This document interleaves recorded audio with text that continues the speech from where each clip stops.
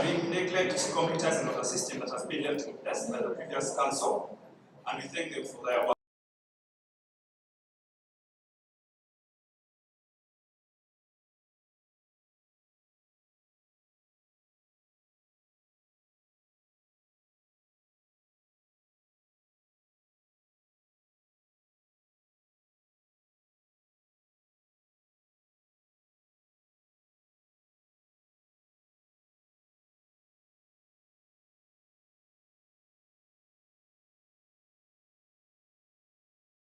Will require us to reason together as a whole, as a faculty at large, and this calls for engaging the students in decision making at all levels, be it making. Thank you so much, Mr. Romeo. You have a very brilliant manifesto, but I have one question for you. Yes, please. Being a candidate standing, time management is very crucial. Yes, do you think you are the kind of leader that we want, a leader that cannot keep time? I believe I am the kind of leader you need because I am able to keep time, but I also place priority. I'm not saying that the debate was of less priority, but I was unable to present at my time because I was called upon by a lecturer. And since academics is primary business, I chose to put it first. Thank you. Okay, thank you so much. Thank you so much. So right now, at this moment, allow me go to the organizing secretary position. Madam Anne Beatrice Nansuwoga, the floor is yours.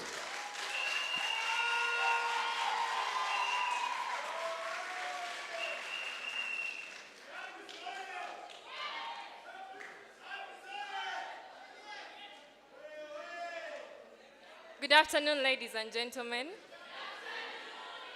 My name is Anne Beatrice Nansuwoga. I'm aspiring for the post of Organizing Secretary, UC Law Society.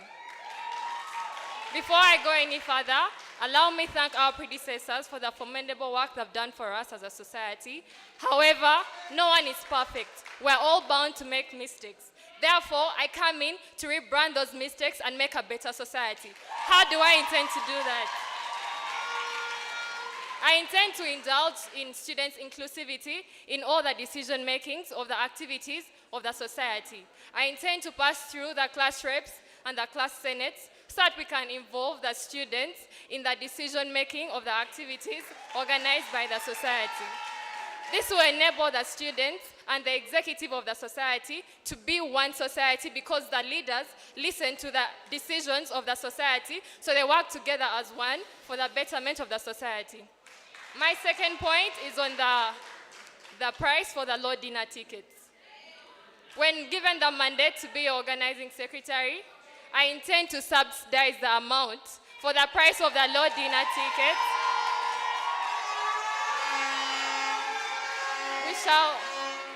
We shall have various tickets available.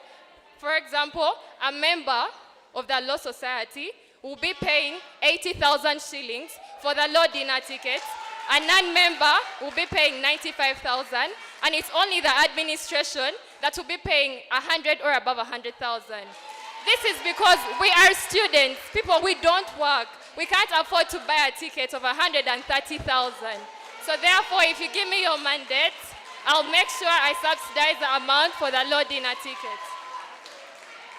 When voted into power, I intend to bring Thank you so much. In the interest of time, okay. One question. Let's clap for Anne.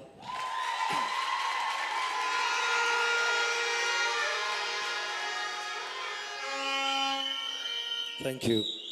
Now, Anne, you've said you're going to subsidize on 100 and plus figure, 130. What is the source of the other shortfall? If you want it to be at 80, where are you going to get the other shortfall, the ones you've taken off? Okay, thank you so much for your question. In Uganda, we have so many organizations that work for the betterment of the youth. Take an example, we have different ministries. Organizations like? Organizations like the Uganda Law Society. The what? The Uganda Law Society. Under what framework? Under the law framework. I'm looking for money. The law framework.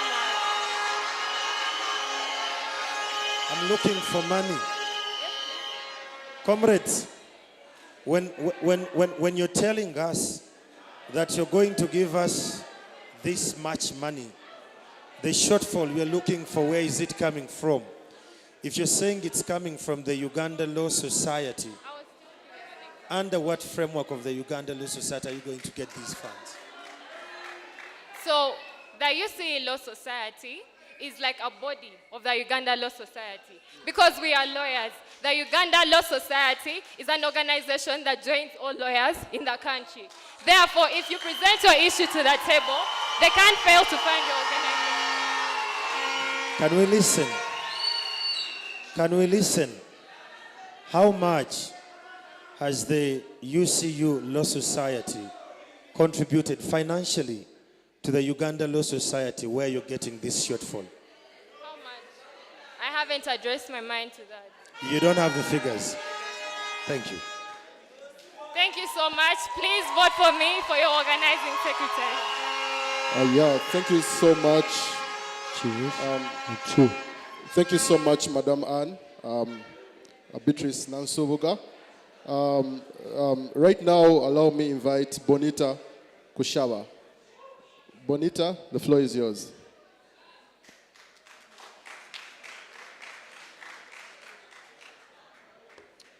Protocol observed.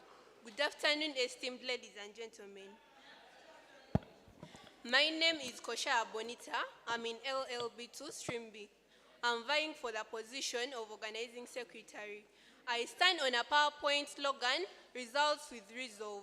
This means determination to work. Dear ladies and gentlemen, when I'm put into office, I intend to work hand in hand with each and every person you vote to make the society an academical, entertaining, and relaxing society. How will I do this? This brings me to one of my points, mental well-being. This brings me to my point of mental well-being. We as law students, we have a lot on our heads. We have coursework, we have a lot of books to read, we have a lot of cases to read, we have a lot of textbooks to read. So how will the organizing secretary help to reduce the depression and the fatigue that is caused by all this that is on our hands? I'll work hand in hand with societies that are already in place, like the Azania, like the Launchpadders, so that we organize very big events that will include each and everyone that is in the society. How will I do this? We shall organize weekly events, like after every week we organize an event that will include the poems and the debates that will help us release all the stress that is within the week. My other point thank you so much. Okay, one more point. My other point is improving the publicity of the events of the society. I want the events of the society not only to include UCU students, but also to include the alumni, also to include other students from different institutions. This will help us to fund, because we shall make sure that we commercialize these events. When these other people from different universities come and engage in our debates, they will pay a fee. This fee will help us to help us to fund other students that don't have tuition, will help us to fund the law dinner, because they can't charge 130 on members who paid a 50K. How? Like, these events will help us to save money, that will help us to fund all these other events. Thank you so much. Thank you. Let's clap for Bonita. So, Bonita, I really love your enthusiasm towards making this work, especially when it gets to the dinner figures. You've said that you want to, given that lawyers are reading a lot of data, you're going to liaise with other law societies from other countries to bring this to reality, correct? From other institutions as well. My job is to hear your words and make sense of them. Given that you're broad, you're regional, not like the others who came first. Who is the president of the Tanzanian Law Society?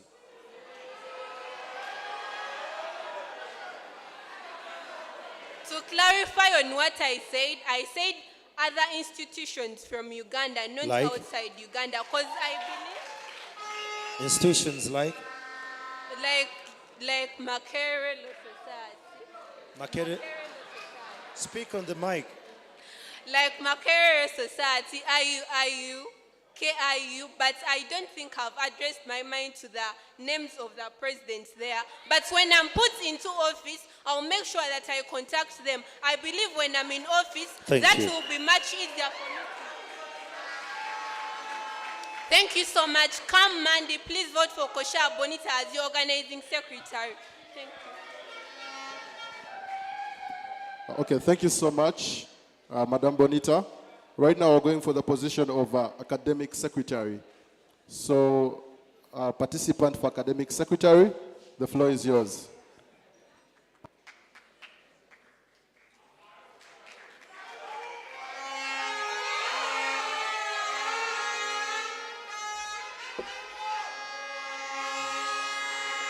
Okay.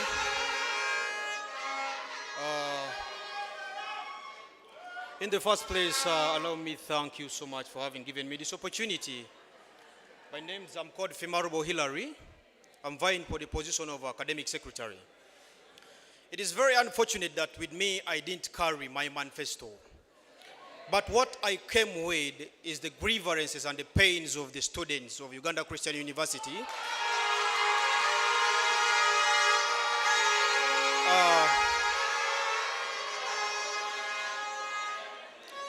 I want to believe it is not that it is normally said an inch will never be 1 inch. In regards to that, I have vied for this position in order to ensure that there's total academic excellency. I want to believe that the reason as to why we are here in this mighty institution is to ensure that we attain what is called excellent academic performance. But there's no way we can attain this performance if we have not had the best environment and conducive situations that we're supposed to be in. And in regards to that, I want to believe one of the pains and the hard situations that the students of Uganda Christian University have been going through is not having a conducive environment for reading for 24 hours. And you can bear witness with me during the examination periods.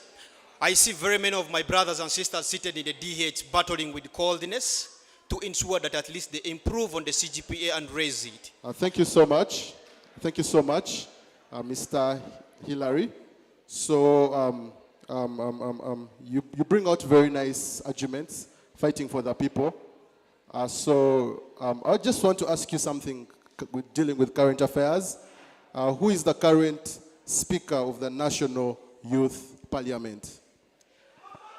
Okay. Thank you so much.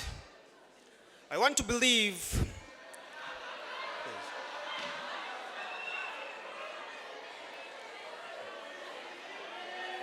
Please listen, okay? In regards to your question, thank you so much. But I haven't addressed my mind to that. But please listen.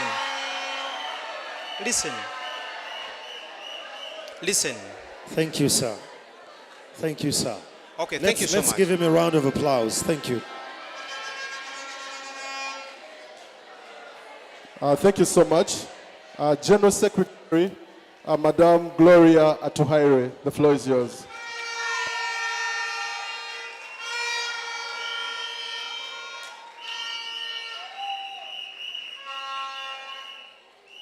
Good afternoon to you all.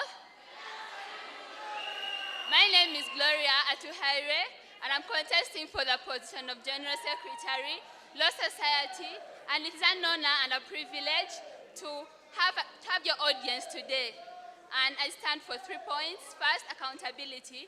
As a General Secretary, I have the duty to let all students be able to know the activities of the society, when they happen and how they happen. So I think that when we have those annual reports or semester reports about the activities of the Law Society, it will be very effective for the students. They will be aware of the activities and be able to do them in time. The other is maintaining effective records and administration.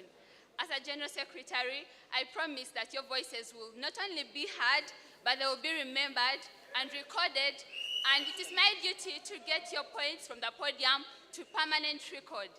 Then the other is upholding legal requirements, and this I will ensure that all the documents and the procedure for all the activities is followed, and then communication and correspondence, and under this I will ensure that the information required is given to the people who need to know it so that they can act on it in time.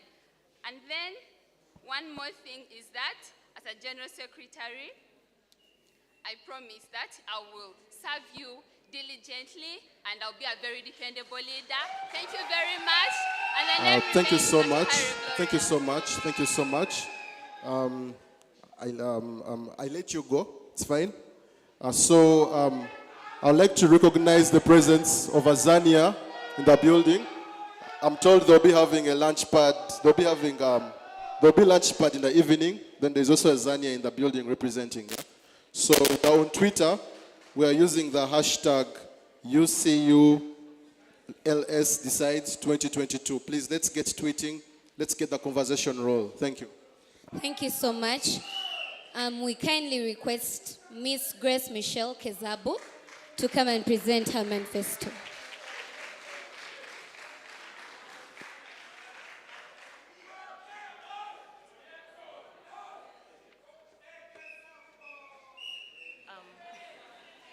Good afternoon, ladies and gentlemen.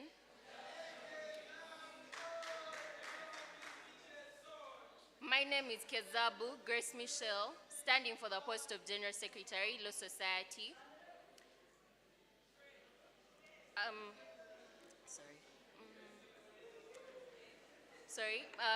Good afternoon, everyone. My name is Kezabu Grace Michelle, standing for the post of General Secretary. My manifesto has 3 key pointers, but before that, I would like to thank each and every one of you for your continued support and advice and everything. Thank you so much, and I would like to recognize each and every one. Thank you for coming. My manifesto has 3 main key pointers, which is inclusivity, carrying out my duties diligently, and the tuition fund. For inclusivity, my slogan is progress with inclusivity, and I intend to ensure that each and every one of us is part of each and every activity that is carried out by the Law Society. And for my duties, one of my duties is to ensure that there are proper book records of each and every one that is part of the Law Society and has paid the subscription fee. I would love to know that each and every one is well catered for when they pay the subscription fee, such as the year ones who need their mentors and have not exactly been well allocated, each and every one of them. Thank you. Thank you so much. I kindly have a personal question for you.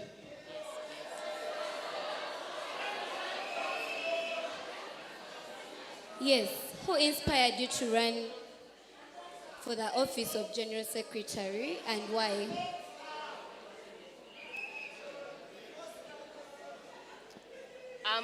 I was inspired by myself, specifically.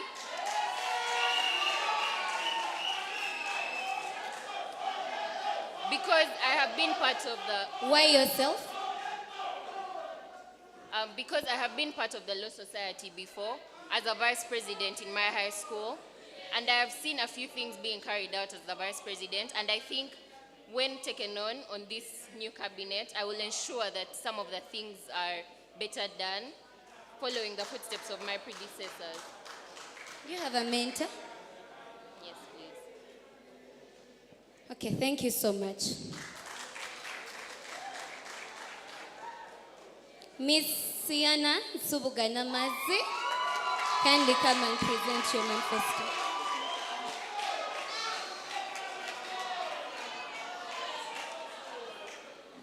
Good afternoon, esteemed ladies and gentlemen.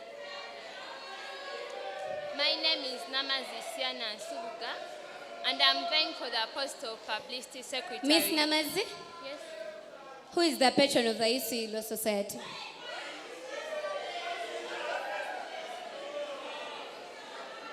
Who is the patron of the UCU Law Society?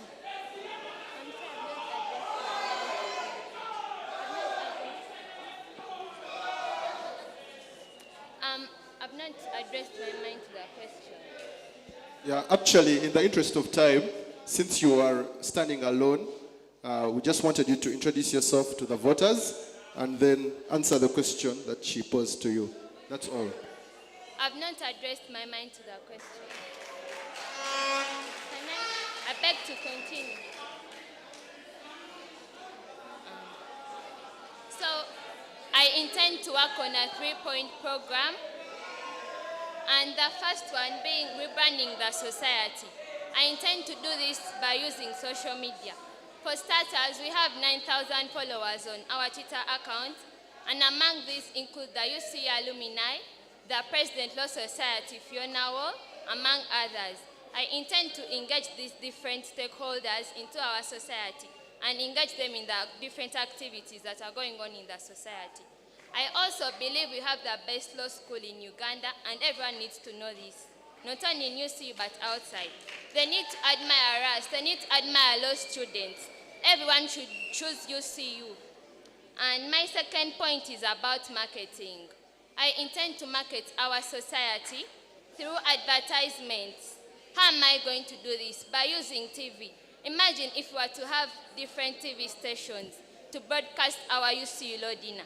I believe this would attract more of our students to attend the Law Dinner, which would bring in more money for the society. I also intend to partner with different law firms in Uganda in order to market our society. Lastly, I intend to improve the communication. Thank you so much, Ms. Namazi. Thank you for your time. Kindly answer my question. Who is the patron of the UCU Law Society?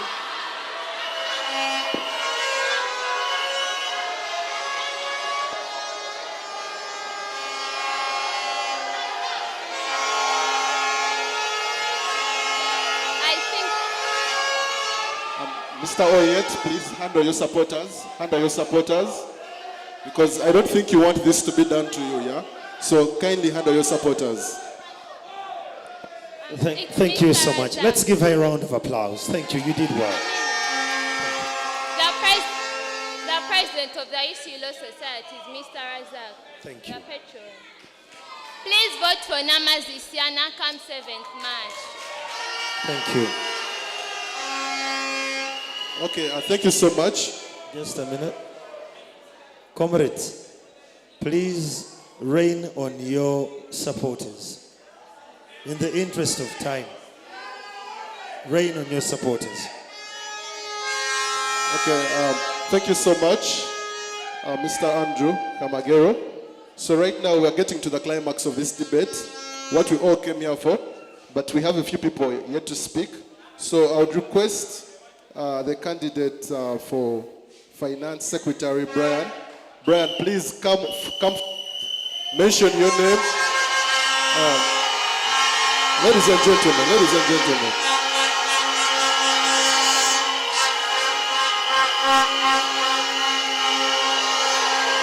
Brian, away! Brian, away!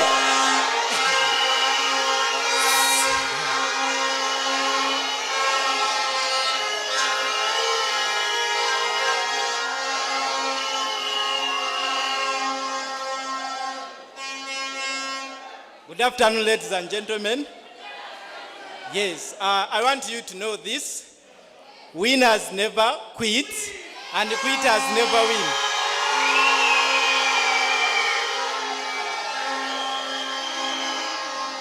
Yes, I'm here to inform you that I'm your finance.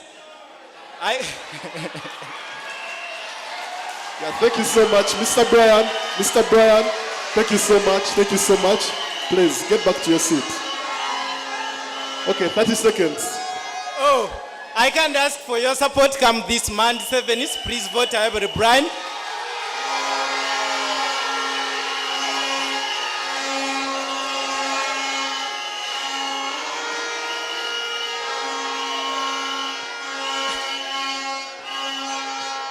For a better accountability and connections outside. Thank you so much. Yeah, thank you so much, Mr. Brian.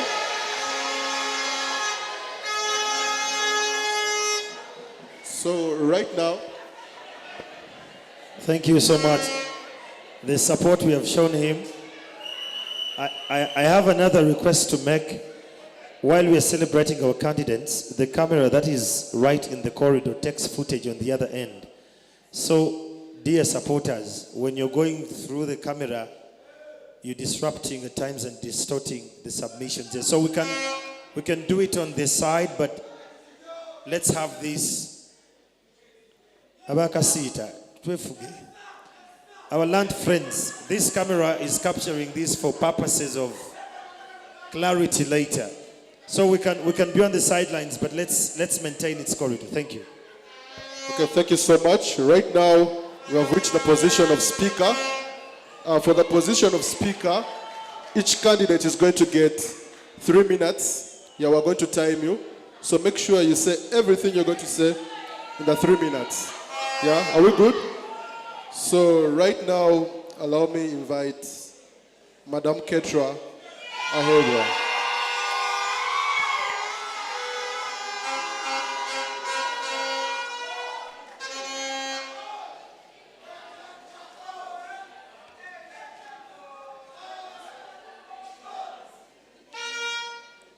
Praise the Lord. Praise the Lord. Yes, good afternoon to you all. My name is Ahebwa Ketra, and I'm vying for the position of Speaker Law Society. I'm kindly requesting for your votes.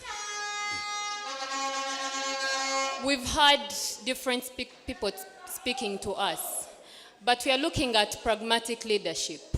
Are we being real with the things we are saying? Are they workable at one moment? And I believe I am a voice of action. To each and every person that I've worked with, I believe you've seen that I can be able to bridge the gap between the administration and us. And how are we going to do this? We have class senates in the Law Society, but which meetings have been held with those class senates that would be able to bring the views of their classmates to us? And as a speaker, I believe it's my role to actually bring those people on board. Let them be able to be felt that if you have any challenge, even if, yes, they are class representative, I appreciate the fact that they've represented us to the faculty so well. But let us also bring the other persons, the senates, that we vote as students, by the way. These people earned our votes. How have they worked? So we are looking at that fact.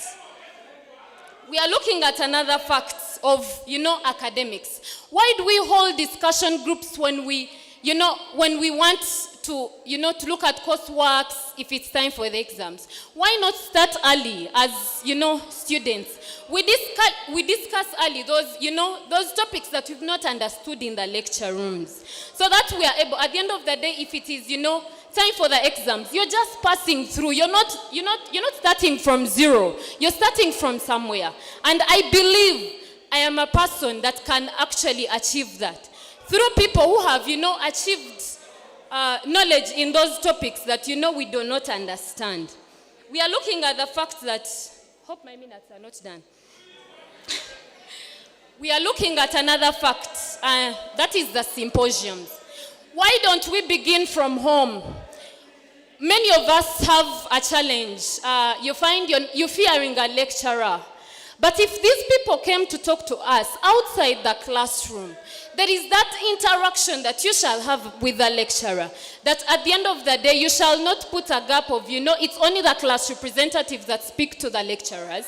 But as me as a student, if I've not understood something, I shall not find it hard for me to reach on to that lecturer and talk to them. Since I've, gotten connection with them through the symposiums that we have.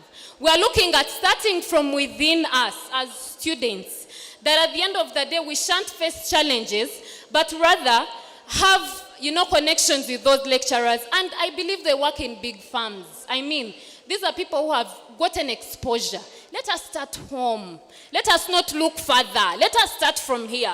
I believe we can achieve it when we've started from this place. We are looking at the finances. I'm in year 3. But if you're to look at our percentage... Thank you so much. Thank you so much. Please have 1 minute to finish. 30 seconds only. Okay, 30 seconds. Thank you. I'm in year 3, but it is a class that we've lost very many students because of tuition. If we started earlier on to collect, to fundraise and look at campaigns that would help us as students, it would definitely be a good job that we're not starting from thank you so nothing. much. We're starting from something. Thank you so much, Please Ketra. vote for Ketra for a voice of action. Thank you so much. Ketra. So, Ketra, very important in your submission, you cite out being a person with workability. Yeah. Am I right? So later on in your address, you talk about tuition. You are not the first person bringing tuition. Currently, the guild, the Law Society is having a run. It's having fundraising drives. Do you think you'll be any different from what they are doing now? What different thing are you going to do to make tuition worked on?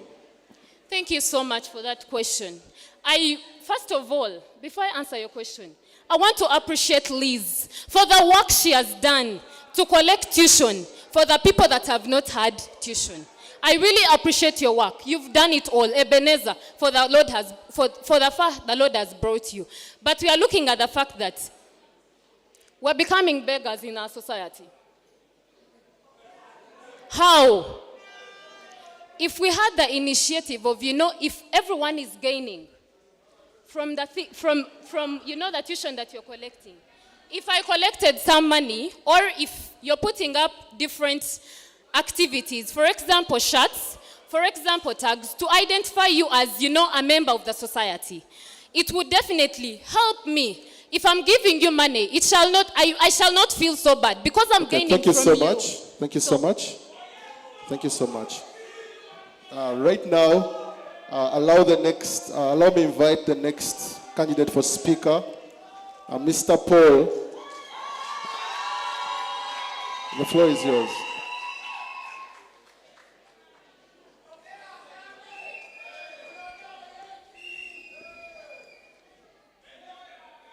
Dear moderators, faculty representatives, Madam President, Speaker UCU Law Society, Speaker Youth Parliament. Ladies and gentlemen, my name is Paul Bekalaze, and I'm here for the interests of the students. I've not had a chance to hold so many positions, but I present to you a chance to represent and advocate for your interests as students of the UCU Law Society. I stand here knowing that my story at UCU is part of the UCU Law Society. I thank the predecessors for all the efforts they have done, but then we are not yet there as the UCU Law Society. So this is what I bring to us, Lord, friends. I want us to build a society that draws ideas from us as students. I want us to build a society that engages all of us. It's not about the leaders that we shall put in power, but it's about the impact that you also have the mandate. You also have the ideas. You also have everything it will take a leader to execute. Friends, I am a patriot and a person that believes that the society must be very bigger than this. I want us to start a contribution to access to justice as friends, because we know the law, we have learned. I want us to start a contribution to diversity. I want us to start a contribution to social mobility of every student in here. With all the ideas that you have, we let them give you a platform as a society, then execute them for your social mobility. You don't come here as baker and stay baker. You come here as baker and then be the speaker of UCU Law Society. We have to build a society strong enough. Mr. Bekalaze, I have a question for you. Your time is up, but I have a question for you. Can I finish before you can? Time is up. Mention any two speakers who featured in the UCU Law Society's Eminent Speakers series that were conducted last year during lockdown.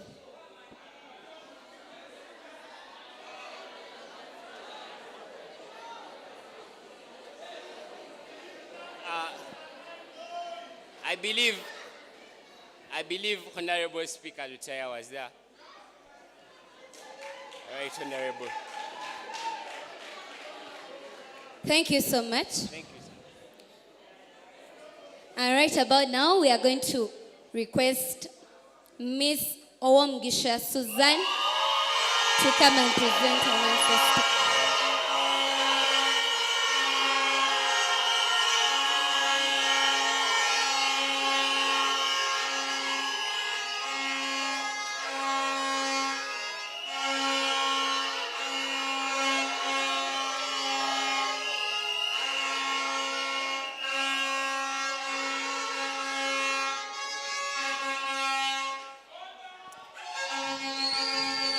Comrades, my land friends, the time we spend when we have invited a speaker and you interfere with the hululation, you cost that person time. Thank you so much. The greatness of humanity is not in being human, but in being humane. Good afternoon to everyone. My name is Susan Owomgisha, Wonder Woman, vying for the position of Speakership, Law Society. And I'm here to expatiate on the reasons why I am the UNMISS Optimum Legis candidate. My manifesto is based on 3 points. That is academics, accountability, and health. But to proceed, first of all, as a speaker, my role is to interpret and defend the Constitution.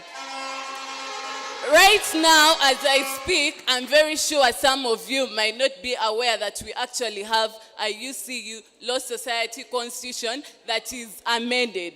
So first of all, what I'm going to work upon is to make sure that there is the availability of the Constitution in hard copy. In hard copy. Yes, because we already have the online copies, but I feel that UCU Law Society Constitution should be like our Constitution of Uganda. Just like it is our Bible, we should have it in our own institution, because I know law school, it is a very big association in UCU. Now, another thing that I want to deal with is about amendments. Right now in our constitution basically does not defend and it's silent on some of our position. Now, to give an example, it does not defend, and when it attempts to, it does not guarantee their privileges. Take a look at Article 23 of the Constitution that talks about who a full member is. A full member is a subscribed member and not a subscribed member. So I feel there is a gap there. Another thing is about silent on holding positions, whereby it does not tell us if... Thank you so much. Thank you so much. We're trying to be fair here. If every candidate is getting 3 minutes, let's respect time, yeah? Let's be fair. So thank you so much. Anyone in the audience that has a question for her? Anyone in the audience with a question? Yes, please. Yeah, the floor is yours. Okay, thank you so much. Thank you so much. Thank you so much. Okay, 20 seconds to summarize. 20 seconds only. Thank you, everyone. I'm kindly requesting you on the 7th of March, kindly vote Susan Owomgisha, Wonder Woman, establishing a resounding legacy. Thank you very much. Okay, thank you. Vice President position, Gift Kisache, the floor is yours.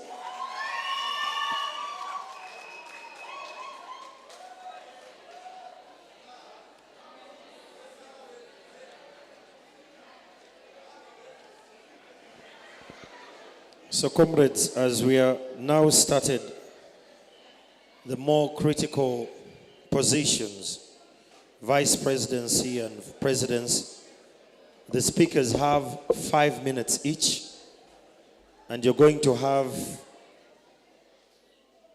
2 to 3 questions from me,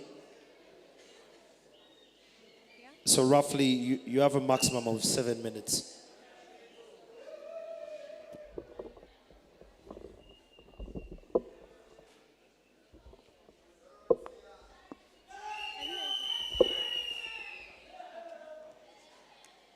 A good afternoon to all of us. As a law student, I have had many instances. Yeah?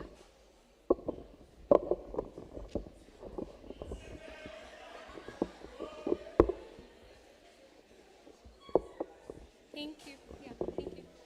I've had many instances where I've been financially constrained, and this affected my lifestyle, friendships, but also academics. I've had instances where I needed someone to speak up for me. I've also had moments where I needed to know a few influential people to take me to another level. But in those moments, I had to stand my ground and show up, be present regardless of how I felt. Not just for me, but also for those close to me and those around me. So I believe that circumstances shape us, each and every one of us.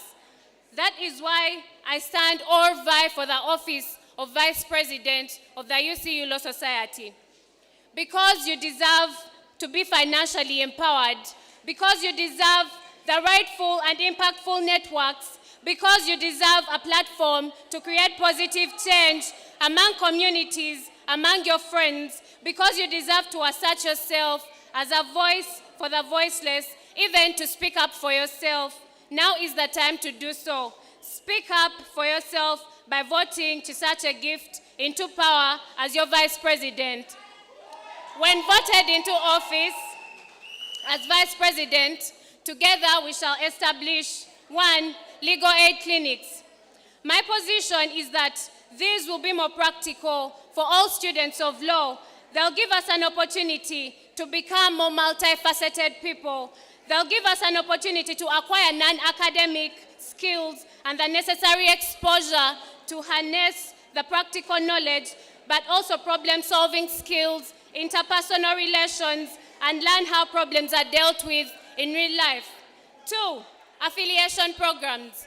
I believe that a path is best told by someone who has walked that path. That is why affiliation programs are in place.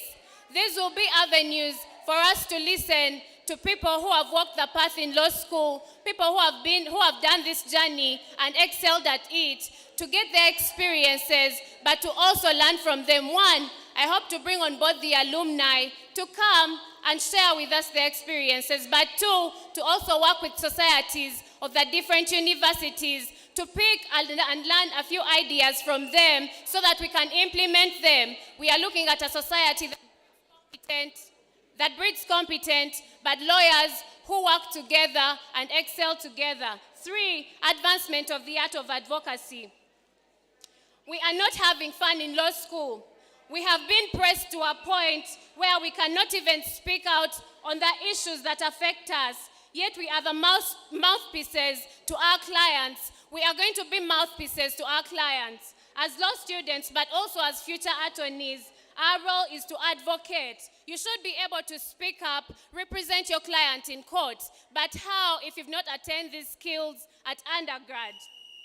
I intend to put in place a space where we have moot trainings, where we have dialogues, but also panel discussions, and work with the Moot Society to breed interpersonal skills, public speaking skills for all of us as law students, because this is just a journey, a stepping stone for the future that we are going to live in.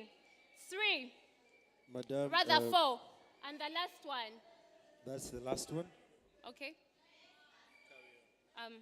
Building a strong financial muscle. Now, you realize that the 3 things that I mentioned, which are legal aid clinics, affiliation programs, but also advancement of the art of advocacy, can't work and they can't be put in place if the Law Society does not have a sustainable financial muscle. Chisache Gifts will put in place a UCU Open, which will entail merchant days.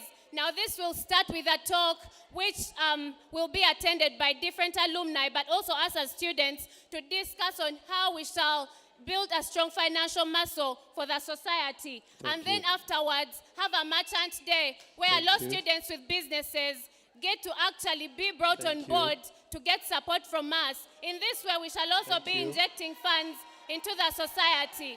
With that said, thank you for coming on board. Thank you for being empowered, and thank you for voting. I remain Chisache Gift, contender for Vice President. God, the Alpha and Omega. Thank you so much. Thank you. Okay, someone in charge of the mics. Microphones, please. Can I have it much more audible? So, comrades, can I have this? Thank you. Ladies and gentlemen, my job is to poke in the manifestos of our candidates that they don't lie, that they are informed, and they have facts and figures. You cannot be a leader unless you know your predecessors well, correct? Who are the past 3 vice presidents of this law society?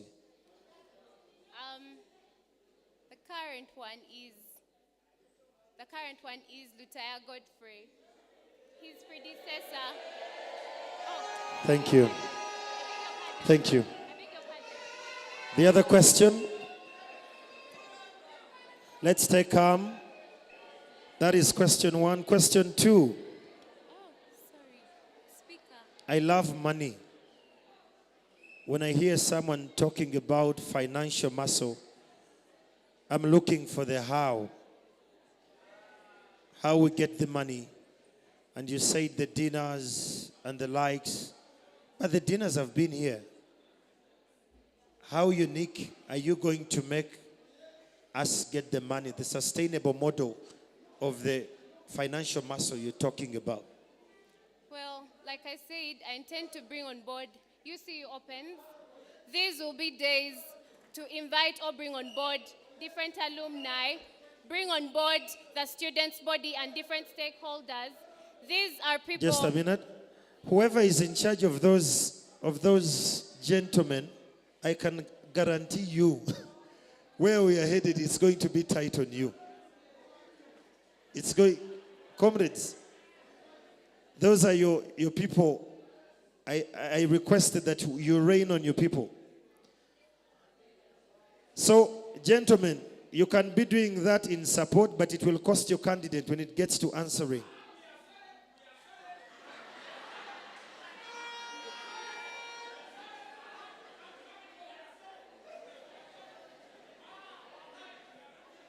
Okay. The UCU, okay, should I proceed?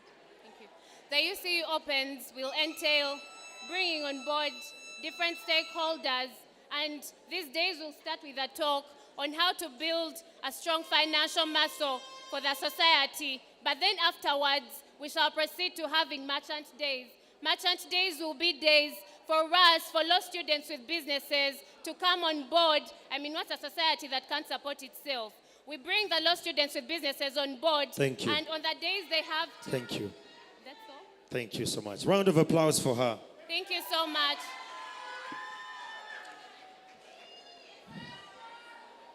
Because of time, you're going to allow me to ask the questions. Time is not on our side. Let's have charity.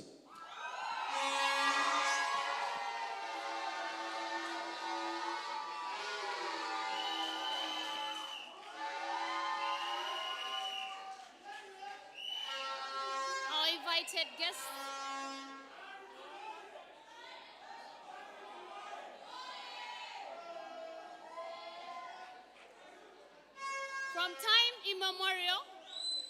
From time immemorial, development is not a choice, but it's a must in our society, and especially in our institution of the Uganda Law Society. Of Uganda Christian Society.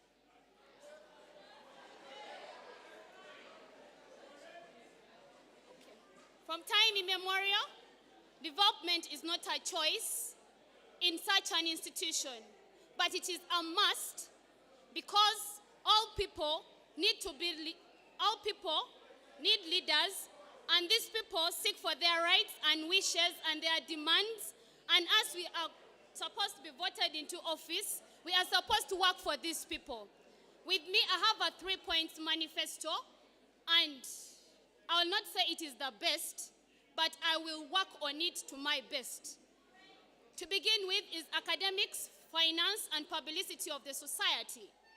On academics, I intend to increase the 24-hour system of borrowing books in the library to 48-hour system.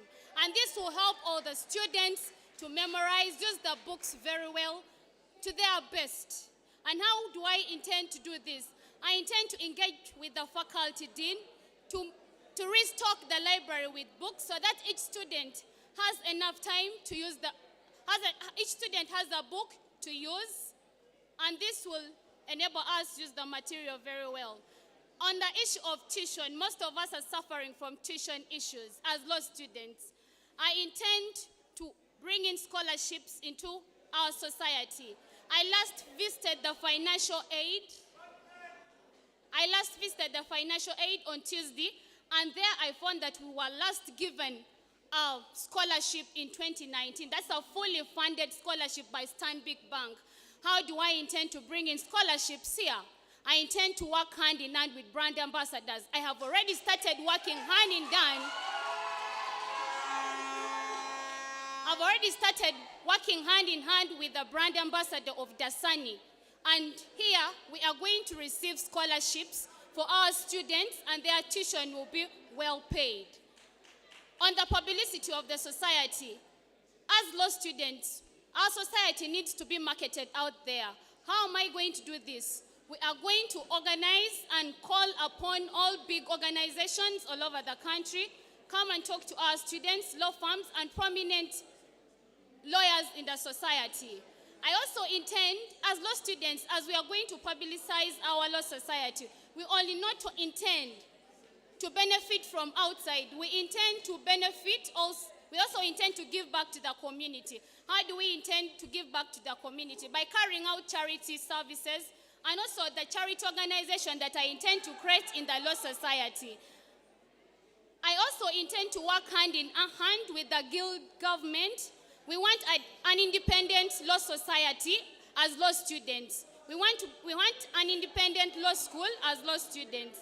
We also intend, as you vote me into office, I also intend to make sure that we are put as first priority when we are receiving the tuition fund. Most of us as law students, we voted our president into power to put us first when it comes to activities concerning us.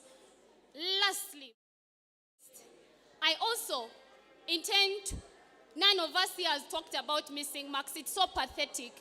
I really intend to work hand in hand with the faculty so that we get in touch and make sure that online exams that were not marked get marked, and those students receive back their marks when you put me into power.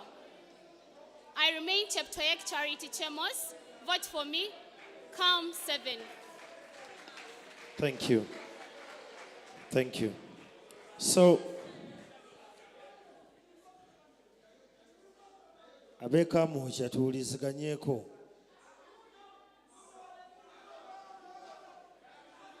That is Mr. Oyet. That is Oyet, correct? That is Oyet, eh? Okay, thank you. My question comes to you. You've talked about something very pertinent to the community here, scholarships. You're already in talks with the brand ambassador of Dasani, correct? So scholarships fall under the CSR department of Dasani, correct? Okay. Who is the head of that department? Right now, the brand ambassador is Joshua Cheptegei, whom I engaged with, and he is already... Madam, let's have clarity here. You're in talks with Joshua Cheptegei. Yes. I want to know who is the head of the CSR department in Dasani, because that's the person to roll out the scholarships we need, not Joshua. when you are, okay, I've not addressed my mind to that, but when you are seeking for scholarships, it's not that I should go directly to the people there, but what my step that I have already started, that I've already taken, is enough for me to scoop all those scholarships by scoop all those scholarships by engaging Cheptegei in this, because everyone will listen to him. Okay, that's one. Worst case scenario. Worst case scenario. Yes. You don't go through. What becomes of those scholarships? If I don't go through, I will still support my lost fellow students with the scholarships, because we all need to graduate. We all need to get these jobs in the future that we are all working for. Okay. Charity. The last question. You've said you're going to market the institution, correct? Facebook is under one of the tools you've alluded to, digital platforms, correct? So Facebook falls under what new technology? Facebook falls under what new technology? We need leaders who are informed.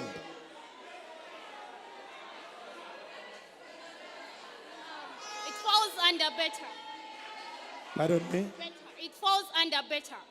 Under what? Better. Thank you.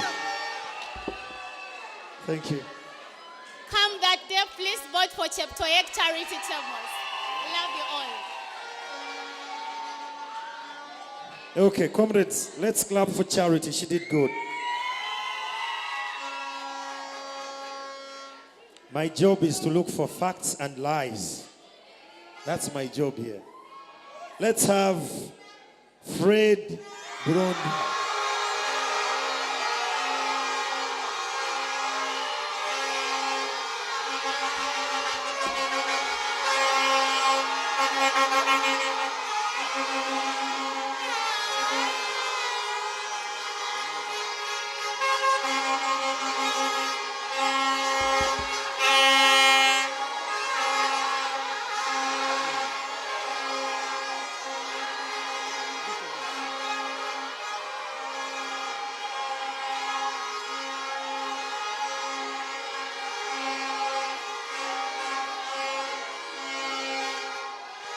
Kindly remember, your candidate has 5 minutes.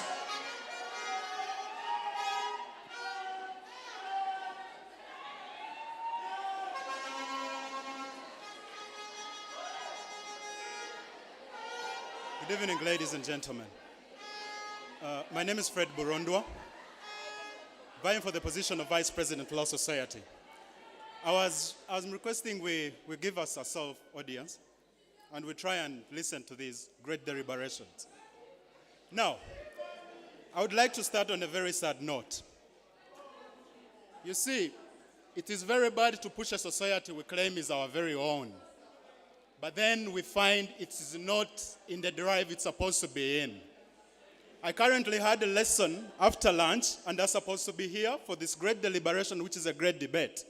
But you find the society hadn't found the initiative to reconcile with the administration that we are supposed to have this platform well cared for. So my question then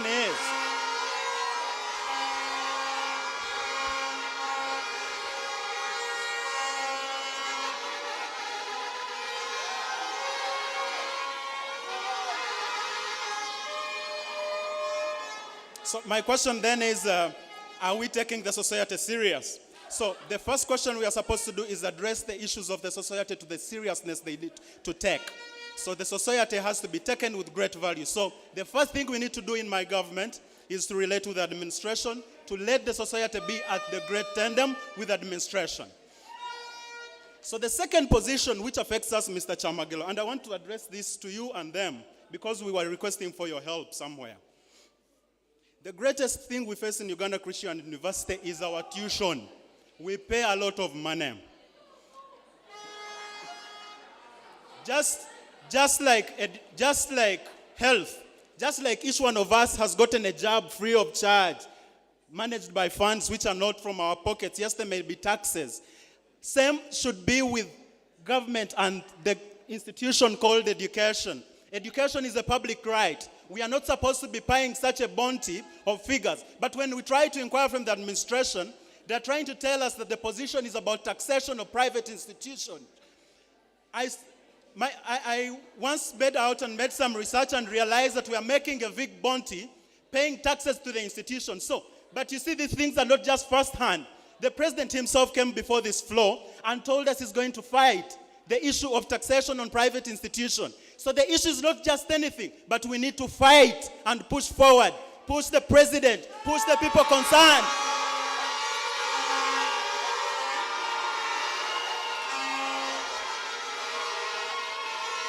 So, in all this, Mr. Chamagelo, and all of us, each one of us that can help, we need this push. We know you're working for NTV and all these guys. You can help us push the voice forward. If we come before you, please be ready to help. Now, the other position I want to come about is that when you come to law school, you come green. The reason we brought you here as our moderator, senior moderator, is because you have a wealth of experience. There's someone in the audience is trying to learn from you. So the question is then, how do we push the mentorship programs? Not just the whole sake of someone being in a higher class. The position should be people who are ready to help. So people like him, pull numbers. If we could bring Chamagelo here, what of the others that can help out there? Thank you. So we can push. Thank you. Time is up. Thank you. Thank you. Those are pertinent points. But I've covered elections 3 times. I can tell when I hear a bribe. So my question is,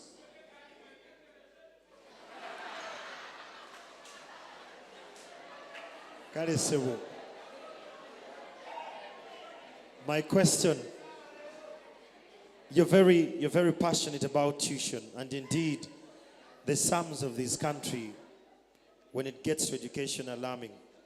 I just want to know, under what law society government in this school, under whose government in the law society that introduced the society tuition fund? It was under whose government? Because you're passionate about it. It implies from my school of thought that you've done research about it deeply. So what law society government introduced the tuition fund here? Mr. Chamagelo, the Law Society never introduced the tuition fund.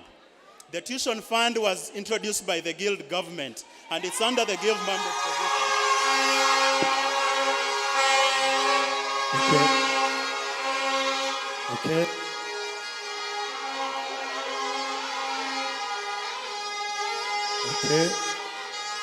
Please rain on your supporters. They're taking your time.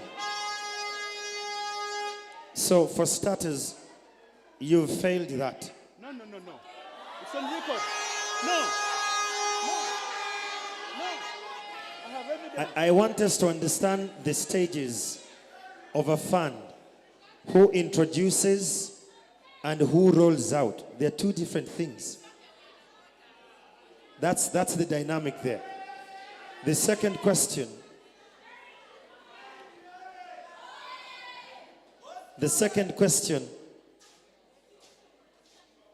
I love the enthusiasm here. Lawyers run with facts. Okay. As an aspiring leader, do you think using force is an appropriate tool to drive the agenda?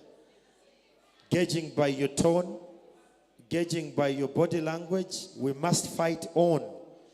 As a leader in a modern era, is force one of the tools? Thank you, Mr. Chamagelo. And I like that you're from the media.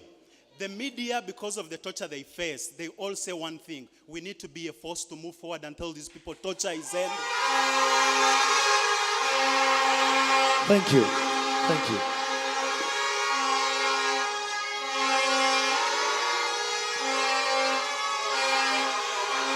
Thank you so much.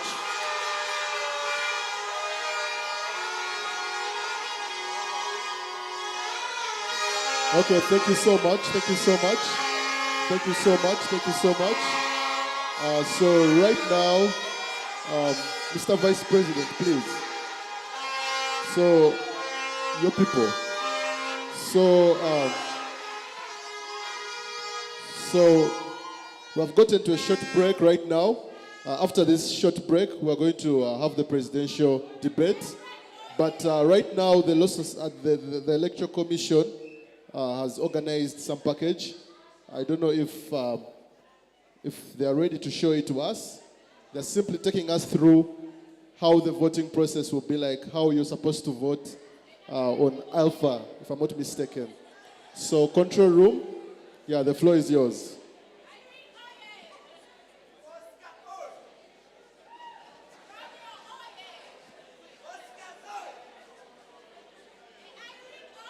Okay, we are going to have the presidential debate now. To our candidates, all I can say is that I wish you luck. Your job, my job, is to look for the facts. Facts and feasible solutions. That's what we're looking for. Thank you.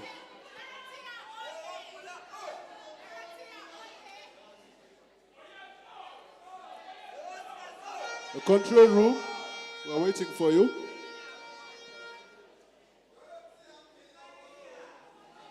The hashtag on Twitter is UCULS Decides 2022. Let's get the tweets moving. Let's get the conversation online. Control room, please display the video.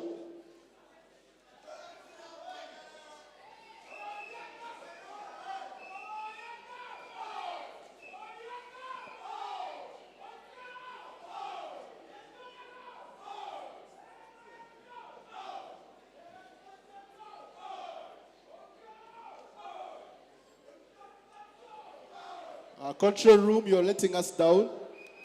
Well, I think we shall dive in presidential debate now. The video will be displayed later. Ladies and gentlemen, this is the moment we have all been waiting for. This is the hour. Thank you. Over to Mr. Chamagero. Okay. I'm going to request that the rules of engagement here are going to be unique. Oyet. That is Oyet Camp, right? Let's listen for just a moment, yeah? So we are going to allow our candidates to submit. And after they submit, I will ask questions. I have followed all of them on their digital platforms.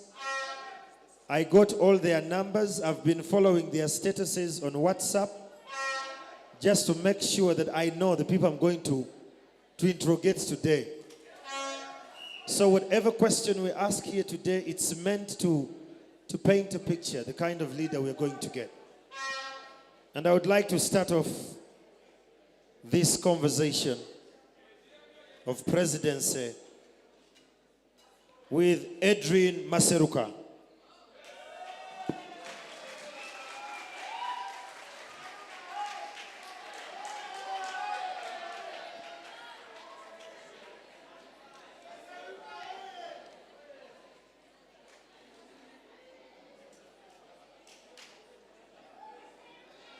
Good afternoon, ladies and gentlemen. My name is Maseruka Edwin, third year law student. Obviously, I'm doing law, and I'm very glad to be here. Now, the beauty about doing law is that after law school, you dream that you will have a job.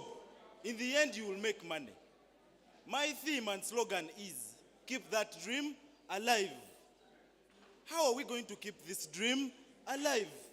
Ladies and gentlemen, you're going to realize that the society itself is not keeping our dream alive. On Monday, we are voting.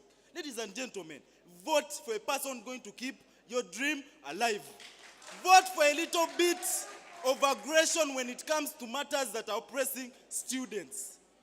These things of all these measures we've tried when it comes to issues, for example, marks and all those issues that are affecting us as students, and we talk about them and the faculty is not reacting. I'm the bridge to the faculty. My name is Maseruka Edwin. I'm vying for the position of President Law Society. I'm relying on mainly 3 points. The first point is academic accountability. The second point is the issue of finding us a source of funds. The third issue is persistence when we are dealing with law school. Ladies and gentlemen, I want you to agree with me that law school is hard. Agree with me that law school is hard.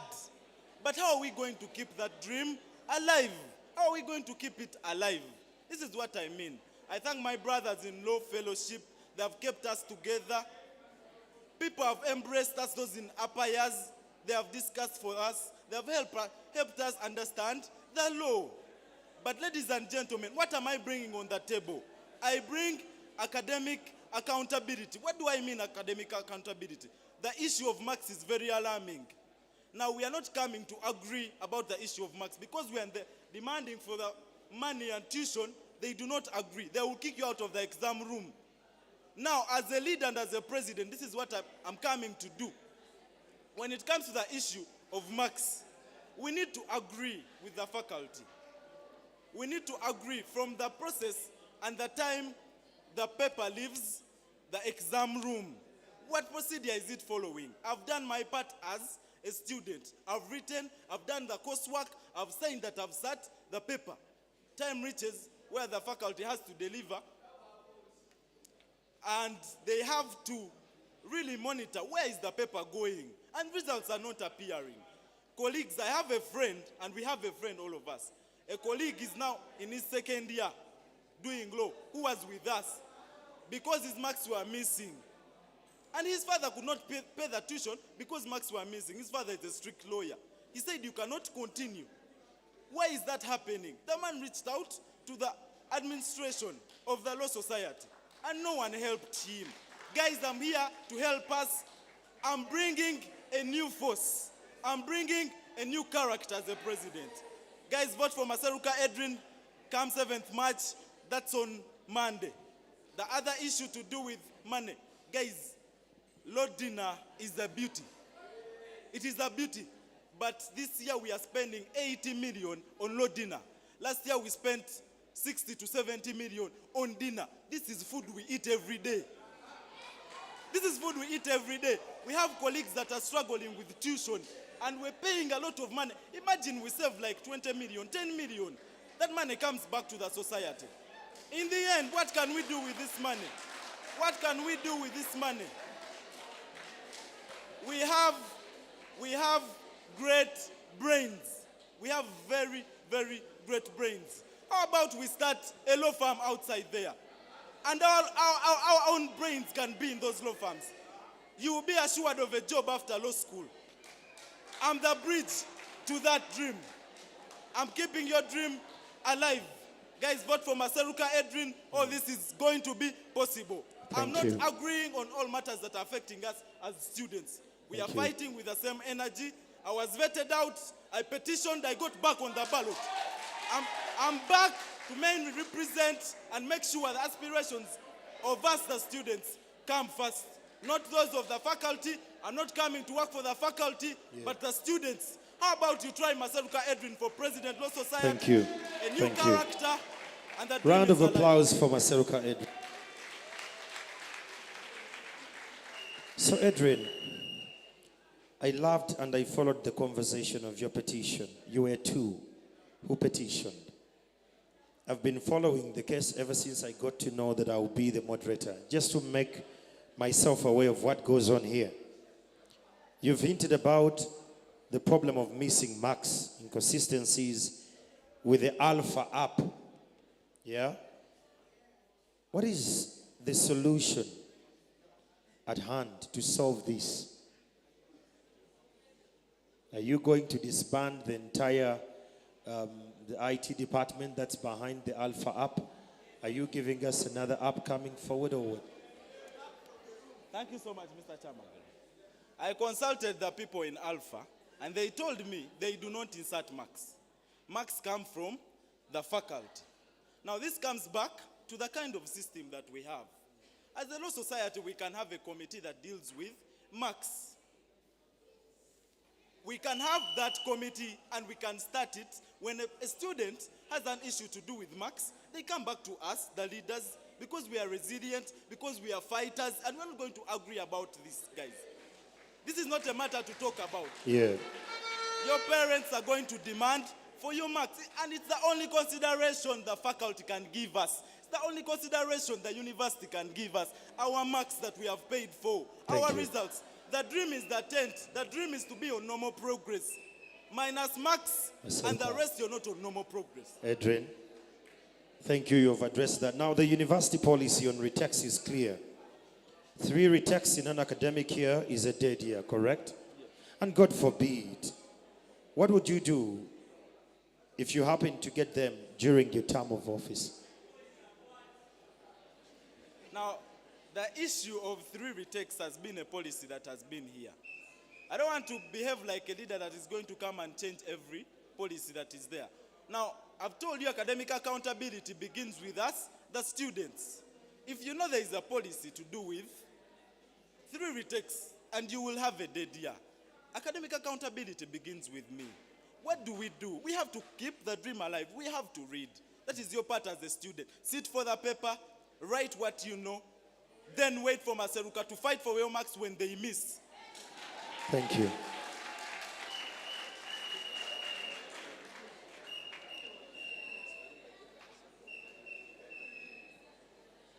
Okay, this is the last one. Dear candidates, she's coming to request for something for purposes of clarity. Edwin, I really want to thank you for this, but do you think that the 75% class attendance is reasonable? As the president of the Uganda Law Society, how do you intend to cater for students who have part-time jobs and they have a tuition question at play? Now, the issue of attendance is one that catches my attention as a president. You cannot tell a student, and at this level of learning, that you must attend class 75%. Some of us are becoming heirs at this age. Our fathers are dying. What if I have to handle all those issues? What if I have to handle all those issues? That is where lecturers have to reconsider. Lecturers have to be understanding and not be strict. That if you've not attended, for example, if a lecturer is very strict when it comes to attendance, and let's say I go for surgery, and I cannot appear for class, let's say for 5 weeks. Do I go for a retake because of a policy?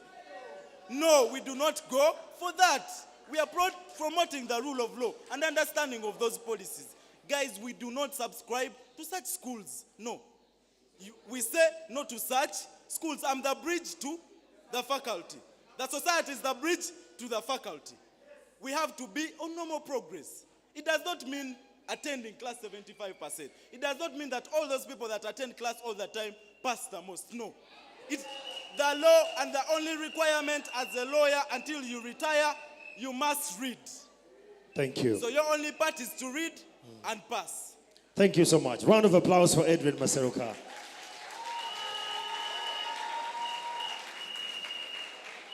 Facts and feasible solutions. Ladies and gentlemen, let's have our next candidate, Oscar Wafula.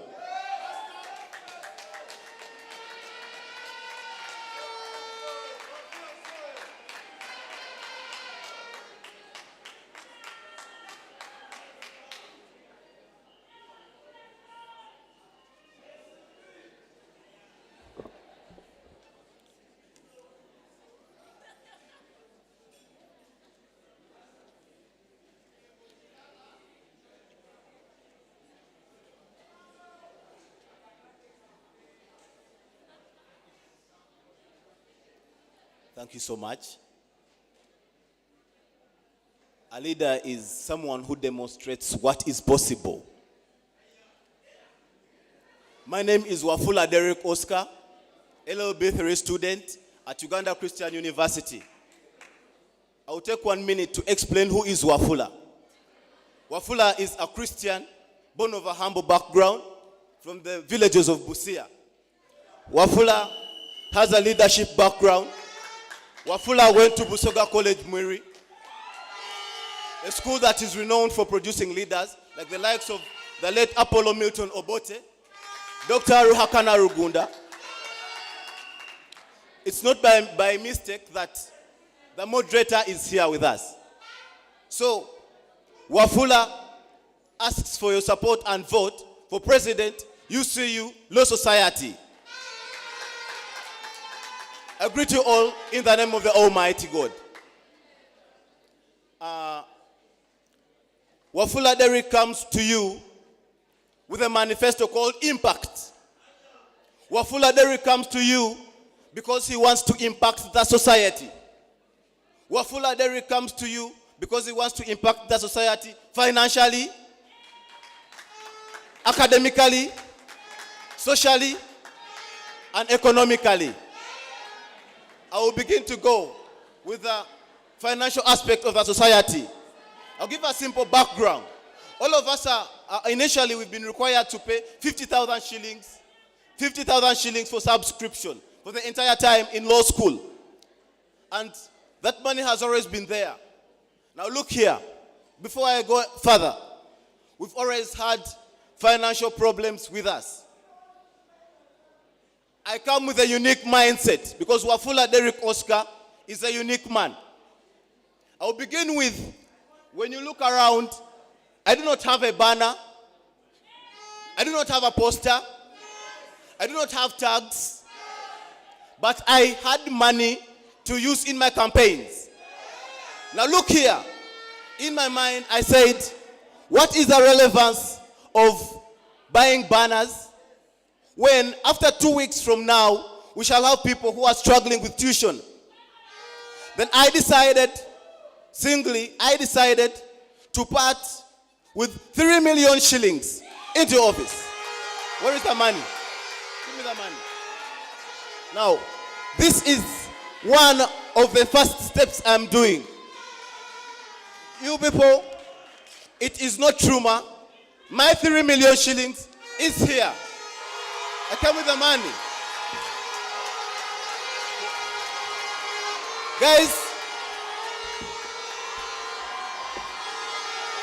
my 3, kindly, I come with 3 million shillings with me. Now look here, what am I looking at? I'm a practical leader, a leader with a practical mindset. This is what I'm saying. We are going to organize things that are going to help us.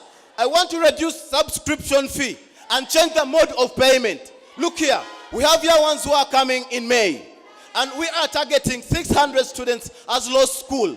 Now look here, we are going to task the Dean of Law School to write a letter to every parent whose child has passed pre-entries to part with shillings 10,000 Uganda. And that money shall be for subscription. Look here, we are going to put that money on the account. Now, it is law school. It is no longer faculty of law.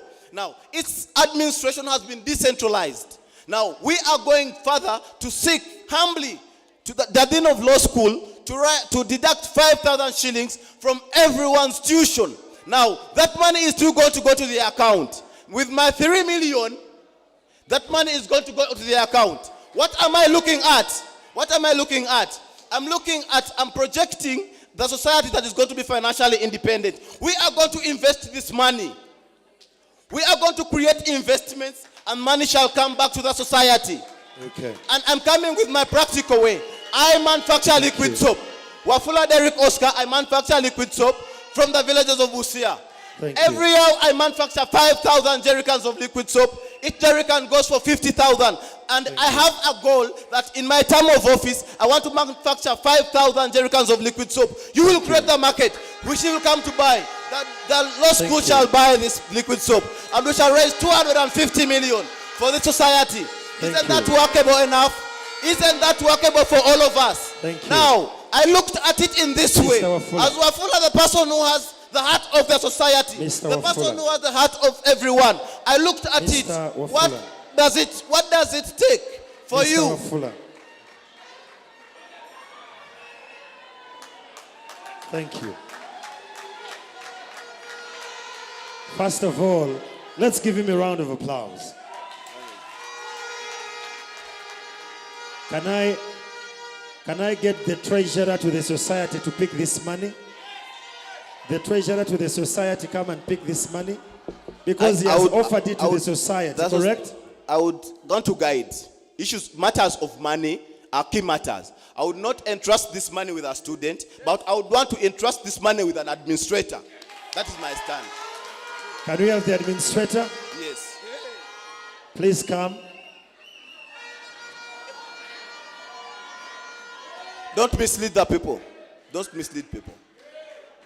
Let's have the administrator. I want the money to first go in our coffers, Kwanza. Please come and pick the money. Yes, he has consented. We are going to write, everyone is watching. We have it on record. Let's have a written agreement that the money is there. Okay, so the reason I wanted us to have this money here, Kwanza, is that whether he wins or he loses, the money comes to our coffers. No, I was still continuing to speak, and this gentleman interjected. Mr. Wafula, my question is, have you've chosen not to print posters? No. I wrote my manifesto. I know what is in my manifesto. Mr. Wafula. I want to serve you. You know, we are not setting rules for my manifesto. Mr. Unless Wafula. you own my manifesto. Mr. Wafula. Yes. Let us be attentive. You said, I'm quoting your words. You did not print posters like Oyet, like Ketra, like any other person. Just a minute. You didn't print those posters that you can give this money to the students who will need funding, correct? You quote me wrongly. So if you become a president, I would like to correct. You quote Okay. me wrongly. This is what I said. Listen to me. This 3 million you're saying here, it is not money going for tuition. This 3 million is going to be invested. In case I come to the society, because I'm looking at investment. Okay, towards the end of the semester, towards the end of the semester, we shall have a tuition balance of over 10 million. Thank you. This 3 million can't help. Thank you. We want to invest this Mr. money. Wafula. We want to invest this money. Mr. Wafula. You're getting it. Okay, now let me give him my question. Yes, yeah, it sounds like a bribe, but it's okay. Let me ask the question then. Mr. Wafula, you're very pertinent about the law and having structures that work. Just to bring us to speed about the society you want to lead, who was the chairperson of the last Constitutional Review Committee, which one of our colleagues here alluded to that it was reviewed? Who was the chairperson of that committee? Thank you so much. I need a name. Mr. Odie.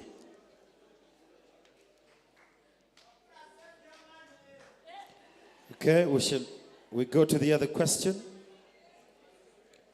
And this is something to do with the current affairs. As a president of the Law Society, when was the e-court platform of the laws of Uganda was launched?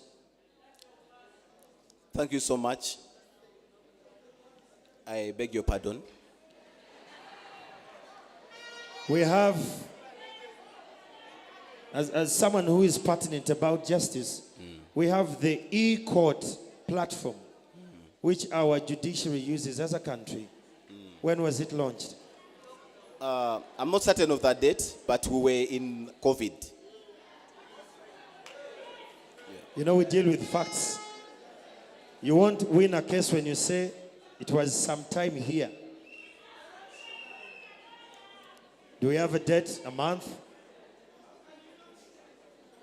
As a president, we just want to be sure that you know what's going on in the other spaces. We just want to be sure that you know what's going on in the other spaces of justice. Yep, and the month. I don't know that date. Thank you so much. Round of applause for the man himself. I wish you the best. He can retain the money. You have the receipt.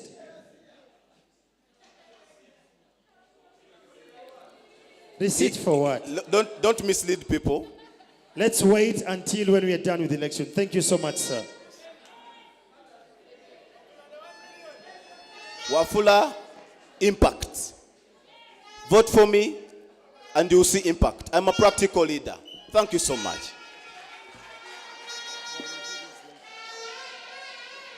Okay. Round of applause for him, ladies and gentlemen.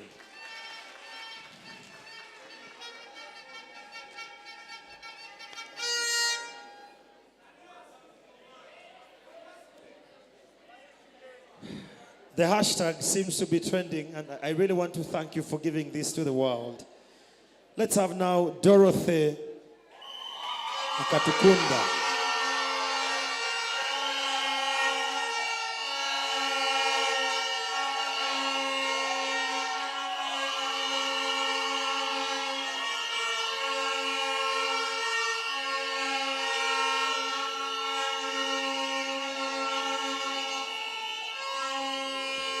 I kindly request you to keep maximum silence, please.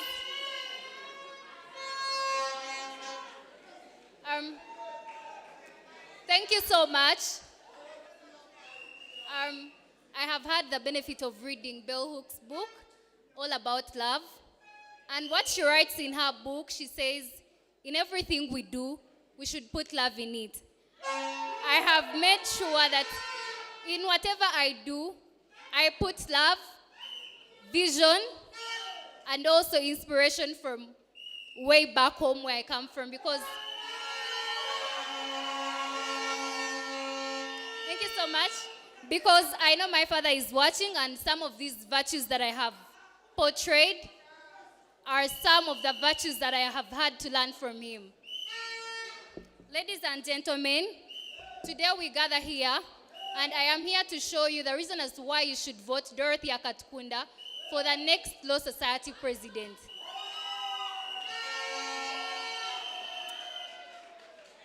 I am working on 6 major points, but of course, some other points are going to come in as sub-points.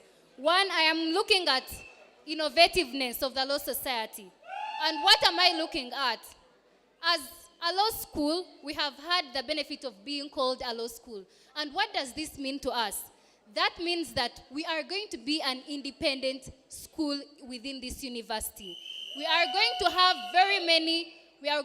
very many opportunities. We are also going to be able to run on a daily note, and that is why we are going to be having the May intake of this law school. What do I look at? As a law school, we have not taken the advantage of bringing up new things. For instance, public lectures. As UCU Law School, we have not had the benefit of getting to know about public lectures. We have not hosted any. I intend to bring up those on board. I also intend to revive the law review and the law journal. Ladies and gentlemen, in my first year, the last law review I received was a gift, and that was in my first year. As a person who is so passionate about the brand visibility of this university and the brand visibility of this society, I am not very happy at all, because we need to put our society outside there. We are not going to be known by only specific things, let's say moods, academic excellence, but we have students who can write here, but they have not been given an opportunity. They have not been encouraged. We need to revive the law journal. The other thing I can tell you is, the last time I was doing my mood, I had to look for my research within a Makerere Law Journal. And it hurt me so much, because why as a university don't we have a law journal? Don't we have research papers by our own students? I'm also looking at the external correspondence of this university.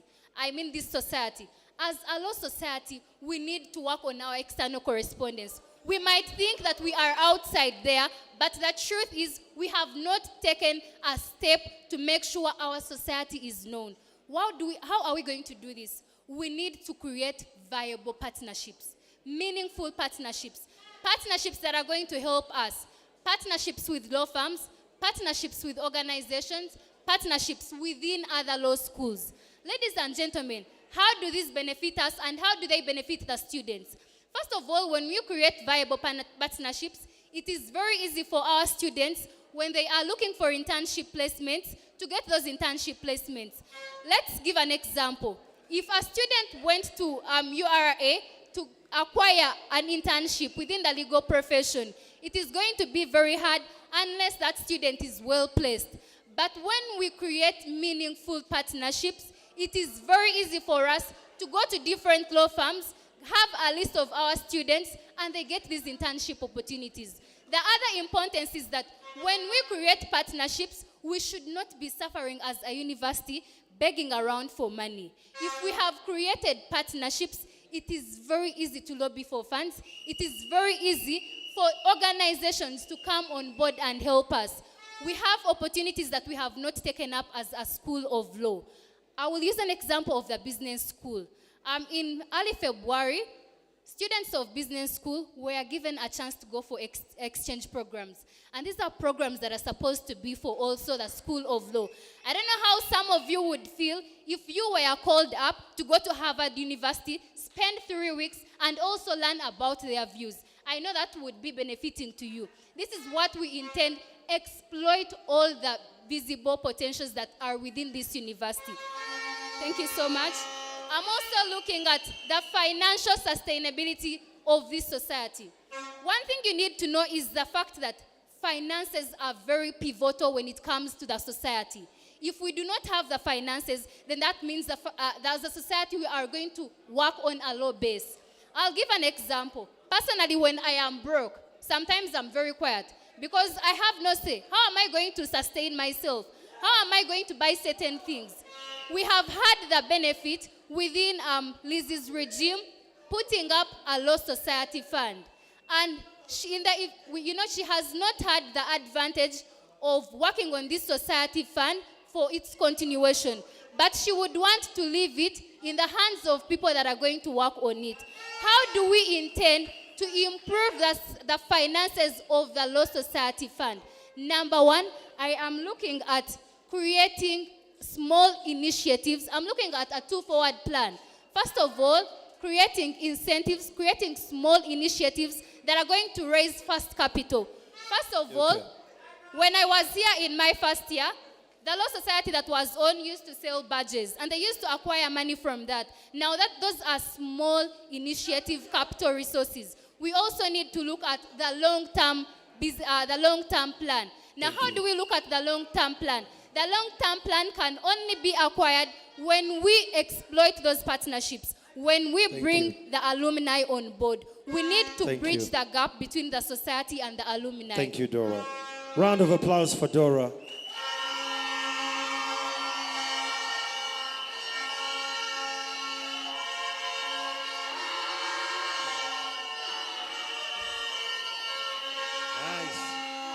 Thank you.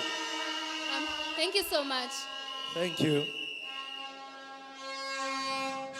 So Dora. Yes, please. I love your zeal. You're the only woman in this race. That means a lot. I have been following all of you candidates for the last 2 weeks. That's why when he petitioned, I got to know these two have petitioned. Dora, for purposes of this conversation, please confirm that your personal number ends with these digits, 97967, correct? I beg your pardon? Confirm that you...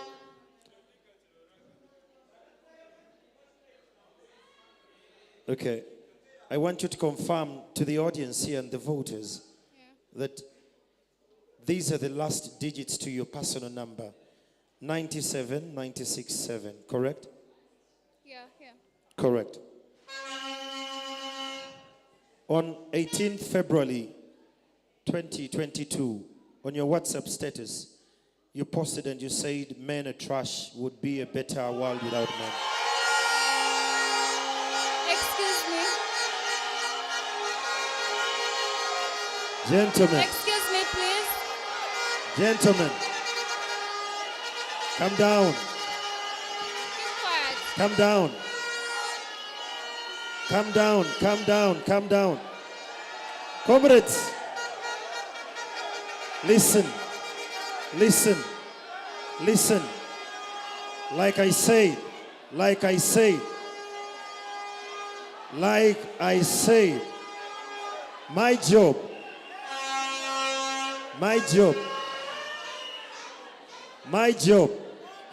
was to find if the leaders we have. I'll respond to that. I have not asked the question. I told you what your status read. No. I'm going to respond to that because the date you said. So what are you accord me responding time. to? No. Kindly accord me time. My question then is, Yeah. how are you going to bring the male gender part of your First of all, programs? Thank you so much. First of all, that's an assertion that is not true because the date you said was my friend's birthday and I was there. I So deal did not- I deal with facts. If I need to offer It is- screenshots, such I will. Please offer them. The same came on the And- 27th Feb. Should I go on? Should I go on? 27th Feb. Comrades, my job is to poke holes and see the people we are dealing with. As a leader, what you put out means a lot. I want to know, Mr. Moderator. comrades, listen. I want to know, how are you going to bridge the inclusion of the two genders? Because this is part of the SDGs. Yeah. This is part of the Arusha conference the lawyers had in Tanzania 2 weeks ago. And you're vying for this position and you're demeaning the other gender on your different platforms. Thank you so much. First of all, I would like him to produce the screenshots because I have very many people who view my statuses here and they know. Secondly, I have been in positions of power before and I have been an inclusive leader. I have been a class president. My students know I work for everyone. And the other thing is, Okay, my last question. This is my last question, and we can allow Dorothy a seat. Dora, I love the zeal you have with current affairs. So who is the current Deputy Inspector General of Government? I don't think I've addressed my mind to that. Thank you so much. Round of applause for Dora.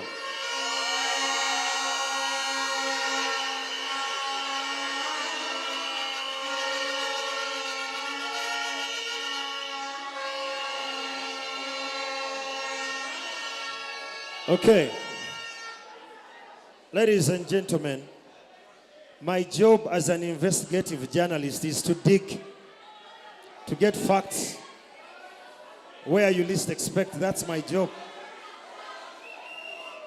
Next, coming up next, let's welcome Joel Oyet Okello.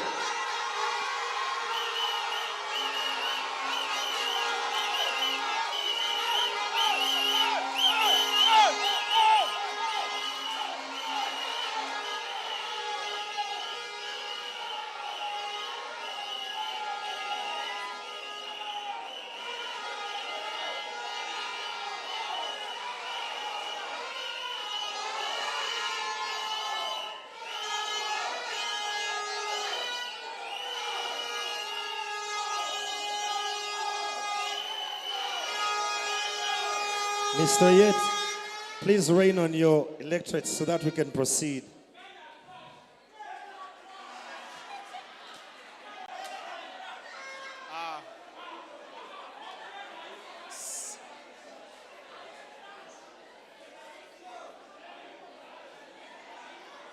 Ladies and gentlemen,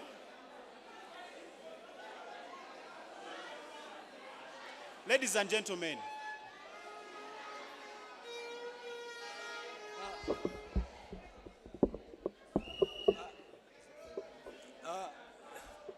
the most learned people in this institution say, oh yeah.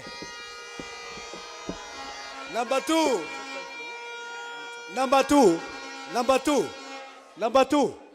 through his link, please get connected to him. I'm taking 6 in the law faculty to go and present patriotism in China.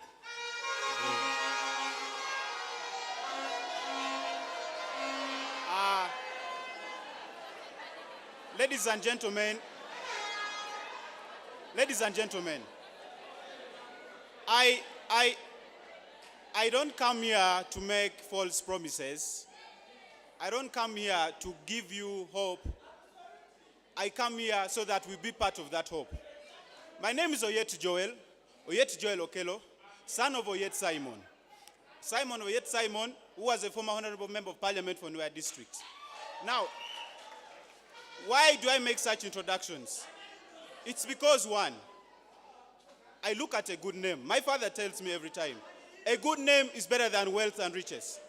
And a good name is better than wealth and riches. But I come before you with practical ideas. Let's talk about the issue of tuition. Now, I don't have 3 million. I don't want to lie to you. I don't want to bring 3 million here and take it back. I want to promise you one thing.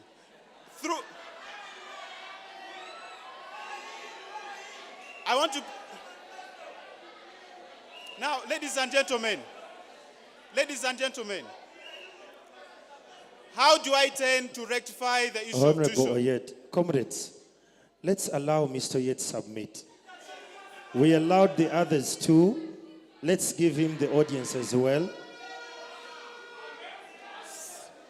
Mr. Oyet, the more your supporters make the noise, it takes your time. So let's talk about the issue of tuition. You know, even in the Bible, before Jesus could feed 5,000 people, he had to have 2 loaves of bread and 5 fish. Now, this is it. The issue of tuition. And I thank Lizzie's government because they innovated the idea of the 1K campaign. We have the 2 campaign drive. In my ideas, like, how about if the Law Society has a monthly 1K campaign drive? And in that I target 1,000 law students. 1,000 law students giving us 1,000 shillings. If 1,000 law students can give us 1,000 shillings, if you're to do the math in your calculators, that is 1 million Ugandan shillings. Now, 1 million Ugandan shillings, if you're to do it for every month, that is 4 million Ugandan shillings. And I'm very certain that you're aware that there's the May intake. Now, with the May intake, that means that the law faculty will be running from January to December. Now, if you're to have a 1K campaign drive for every month, that is about 12 million Ugandan shillings that is entering the Law Society Tuition Fund. How better way can we have something that can start as a capital? Before I promise you that I'm going to go there and look for scholarships, what does the Law Society have? What have you contributed to the Law Society? There's a saying in Ubuntu that I am because we are. And we can become together. We can become together if each one of us contributes that 1,000 shillings. Imagine if every month you know that we are contributing 1,000 shillings. There are more than 2,000 law students. But I'm just requesting, if we can target 1,000 law students, giving us 1,000 shillings, that is 1 million. If you do it for a whole year, that is 12 million Ugandan shillings. What better resource than the people that are members of the society themselves? The second thing I tend to do is to reduce the subscription fee from 50,000 to 30,000 shillings as the next president. And with that, I target 300 year ones coming next year to give us 30,000 shillings. If you do the math there, that is 9 million Ugandan shillings. Now, with that 9 million Ugandan shillings, I intend to take about 6 million or take about 3 million and add it to the tuition fund. That is because I am coming as the president of Law Society, but there's one thing I can promise you. I want to be the father of the society. And as a father, you have 2 major roles. 1, to feed your family. 2, to ensure that your child, whenever sick, is attended to medically. How do I intend to feed the Law Society in terms of food? In terms of knowledge, we have year ones coming next year. The mentorship program has died out. I intend to institute a committee in charge of the mentorship program. Second of all, I intend to institute a committee in charge of the discussion. Members, If you want money, then let us make money. Because as a society, we are supposed to participate in the upbringing and the well-being of the society. I cannot be the only one to donate money. I want all of us to donate that 1K campaign and make us... Thank you. The other thing I want to talk about is that members of the society, how about if we motivate the discussants who will be holding discussions for the year ones that will be coming? How about if the society issues them with certificates or awards? How about if the society has the people who discuss on a weekly basis per semester, issued out certificates signed by the Dean, Faculty of Law, signed by the Vice Chancellor, Faculty of Law? In that, when those people come back seeking for jobs, that is a platform. That is a proof that, yes, I have been serving and I have the best ideas and the students know me very well. Thank you so much, Mr. Yet. Okay, this is the moment. I'm going to request that we allow Mr. Yet to respond to the questions as and when they come. Mr. Yet, I really want to thank you that you're thinking on how the comrades can make money. That is something very pertinent. Our generation needs money. Now, I want to go to the... If you love money, you clap. Sindio? Hey. As a law student and the student's leader, let's go to the case of Yassini Sentumbwe versus UCC. Rather, UCU. Sorry, he's my regulator, UCC. Versus UCU.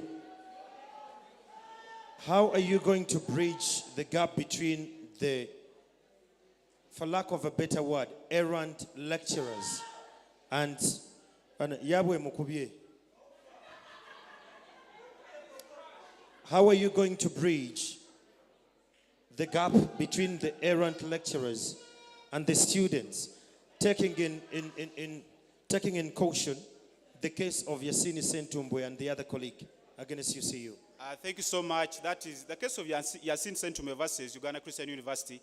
It was a case about judicial review, and let me take you through the facts of that case, if you permit me.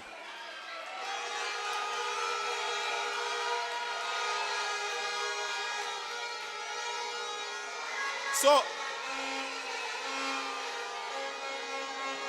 in Yassini... Can we listen, please? Let's allow him submit. Let's allow him submit.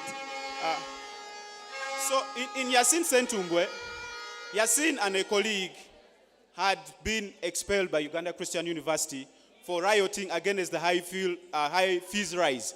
Now, I want to categorically state in the facts that there's a time when the former Vice Chancellor, Reverend Dr. Canon John Senyonyi, comes up on this pulpit during community worship and he utters a statement that actually angers the likes of Yassini Sentumbwe. And this was it. He said, some of you complain of high fees, but that is not even half of what I pay for my children in the US. So, that is according to the facts. Yes. Now, the reason as to why court granted Yassine the remedies that he sought is because, one, under principles of law, there's what they call the principles of natural justice, the principles of fair hearing. Under Article 28 of the Constitution, that is where it is found. In that, before you expel someone, accord them a fair hearing. Listen to them. Now, comrades. Now, getting to your question, how do I intend to bridge? If you look at the Uganda Christian University Law Society Constitution, under Article 40, Clause 1, Paragraph D, it talks about that. The president... Can we allow him to submit? The president of the Uganda Law Society, of Uganda Christian University Law Society, is entirely in charge to represent students on all student matters before the faculty and before the administration, where student representatives are allowed.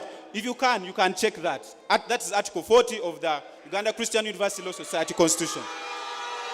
Thank you. The other question? Comrades, let's calm down. The reason why I raised the case is that I covered the case in courts of law. I needed to know how you're going to bridge that. The other thing is, a couple of other speakers have alluded to the society. What becomes of the other communities around the society? What plans do you have for them? Thank you so much. I'm sure since you said that you follow whatever we post on our status, I'm sure you must have been following my WhatsApp. If you're to look, if you're to look at my WhatsApp, there is a picture. There is a picture where I am standing with Philip Bravo, who intends to be the next president of the Business Law Society. No, the Business Society. Now, by the time that I'm in conjunction with the next, or maybe the would-be president of the Business Society, that shows that we are willing to work to make UCU, make the Law Society great, or make even Uganda Christian University great. We're willing to cooperate. For example, the 1K campaign that I intend to institute, it can start as a Law Society campaign, but together with other faculties, it can become a universal culture where the university knows every month we contribute 1,000 shillings for the students, for our colleagues who have tuition issues. Okay. This is my last question.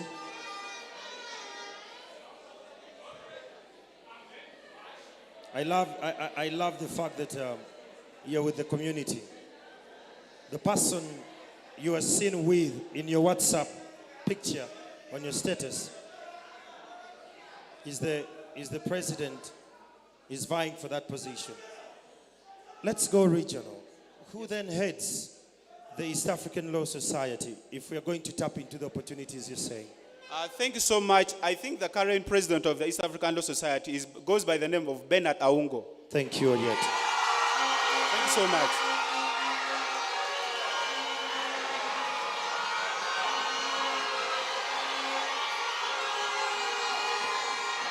Okay.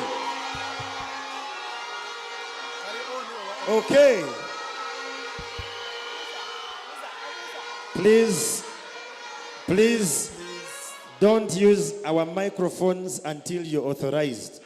I beg. I beg. Let us be land colleagues.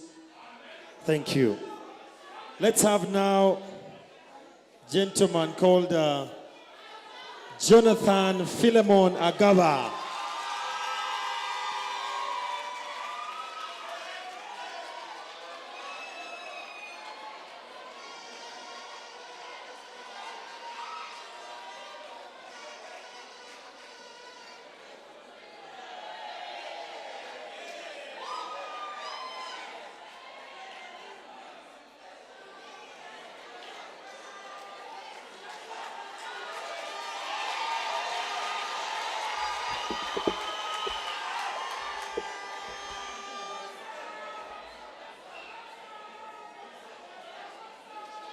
You need another microphone? Is that better?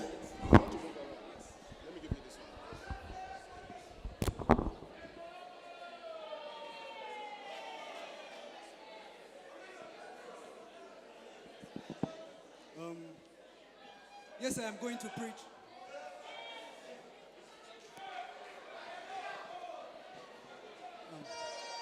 Good afternoon to you all. My name is Agaba Jonathan. I may not have the loudest people in the room. I may not have the biggest banner in the room. I may not be a politician, but I can assure you of an inclusive society. I came with a manifesto, but on tracing the problems that rule our UCU, we realized that we are actually too divided to actually solve the problems that haunt us. We are going to solve this in inclusive, responsible, and accountable ways. Yes, but the thing is, what we want to do is to change the world. We don't want people who speak from podiums.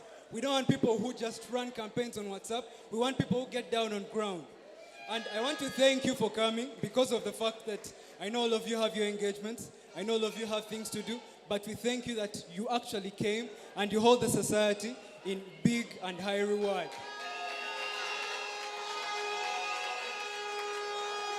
The other people we want to thank are the silent majority. I see many friends here, and I thank you for coming. Now, in regards to what we are going to do for the society, I believe in revolutionaries because they are the only people who actually change the world. I believe that the society has been consolidated by the previous government, with the exception of COVID coming in. But I also believe that there is more to do because the world is moving on and it is heading in a direction that we may not anticipate further. COVID came, we had no alternative solution to teaching. And we came up with a solution, legal podcasts. We want to create podcasts which are accessible to everyone. Podcasts which can be accessed by the year ones, the year twos, the year fours. We want to create an inclusive society whereby anyone can actually get bursaries if they need them, because we realize that the Law Society is the biggest majority in the UCU fraternity. Furthermore, we also want to create a society where anyone can feel at home. If we can bridge the gap between ourselves, then we can bridge the gap between faculty, right? And if you agree with me, we want to also create a gap which is inclusive of everyone. And my name is Agaba Jonathan, and I'm kindly requesting for your vote. Thank you very much. Thank you, Agaba. Can I have this mic a little bit amplified, please? Thank you. The mic? Okay. A round of applause for Mr. Agaba.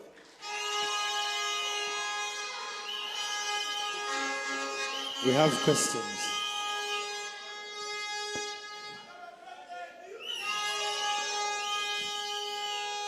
Mr. Agaba. Yes, sir. I love that you love the rule of law. And I'm going to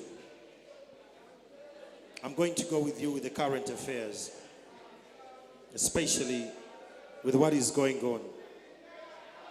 As an aspiring lawyer,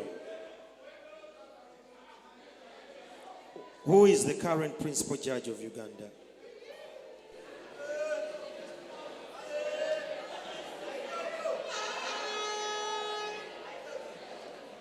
The current principal judge of Uganda.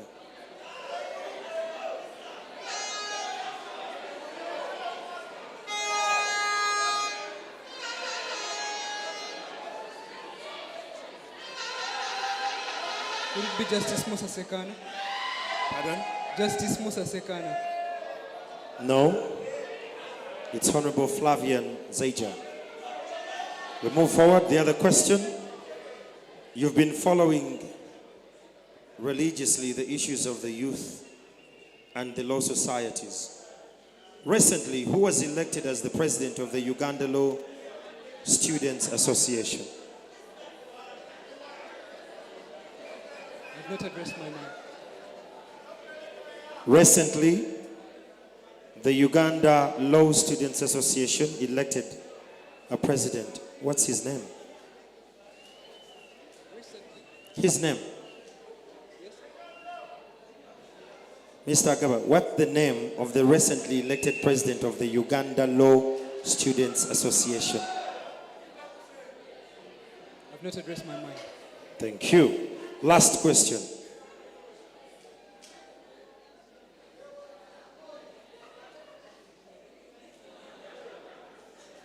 You can just stand there. I don't want people to think you're sending in.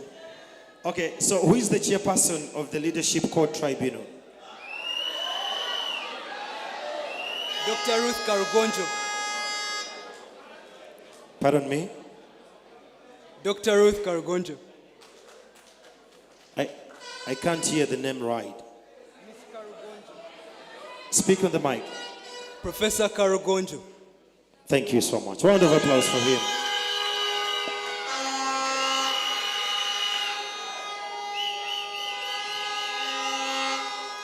Ladies and gentlemen, I want to thank those who have been on Twitter. It's absurd that my battery went down, but I was following the conversation. But just remind you, the hashtag is UCU LSD Sites 2022. And there's some adverts we need to mention here. There is a marathon going on.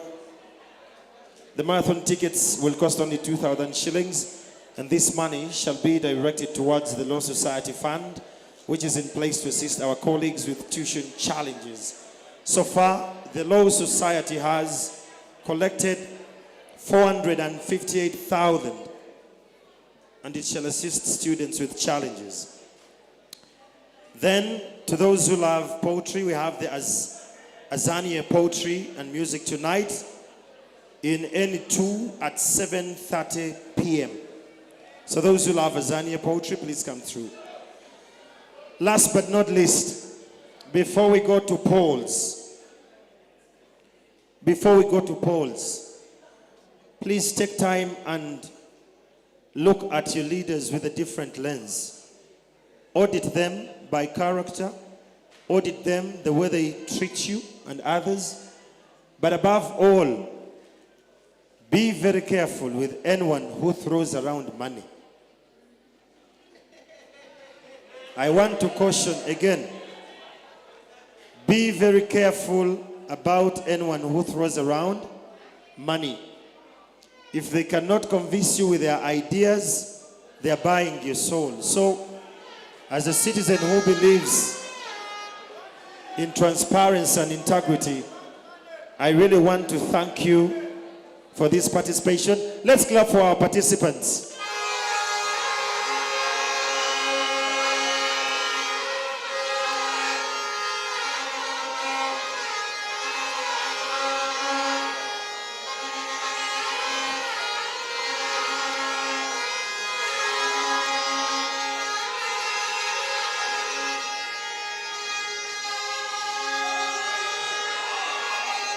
And as such,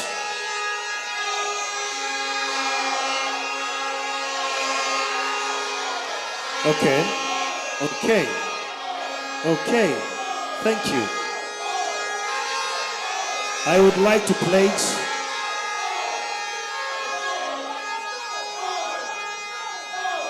I am very sure you candidates, you went to other faculties. You brought morale boosters. If we are land fellas, we would listen. These ones are behaving other departments. So if your land colleagues, let's listen. This is my pledge. As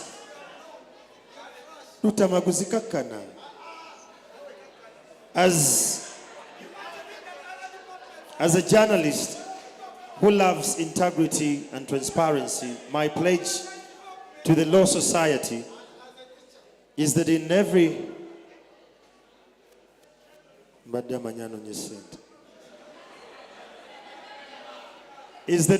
quarter I will find time for whoever wins.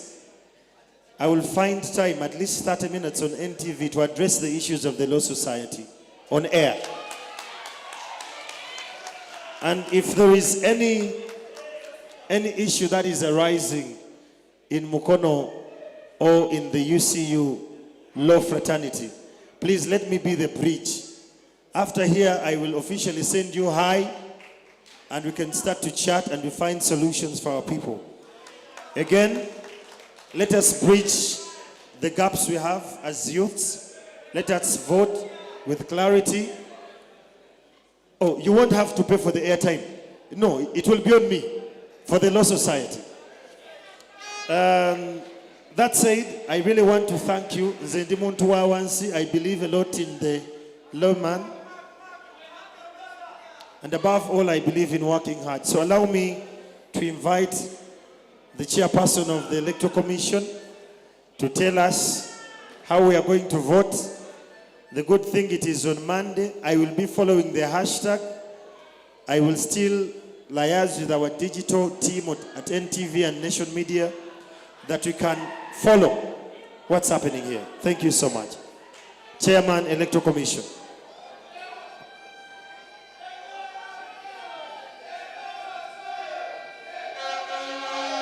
Chairperson?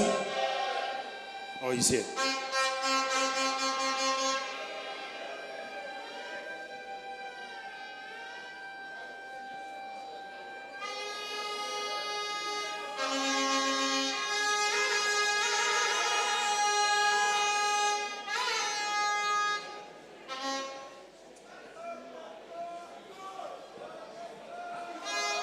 Comrades, we are going to have, each candidate is going to come here and you're going to ask each candidate 2 questions as the public. Correct? Let me start off with the lady. Ladies first. 2 questions. You raise your hand. Let me have someone from the committee to take the microphone around. We have a mobile microphone here. Someone from the committee. You state your name and the year you're in and your question. Hello. Dorothy, please.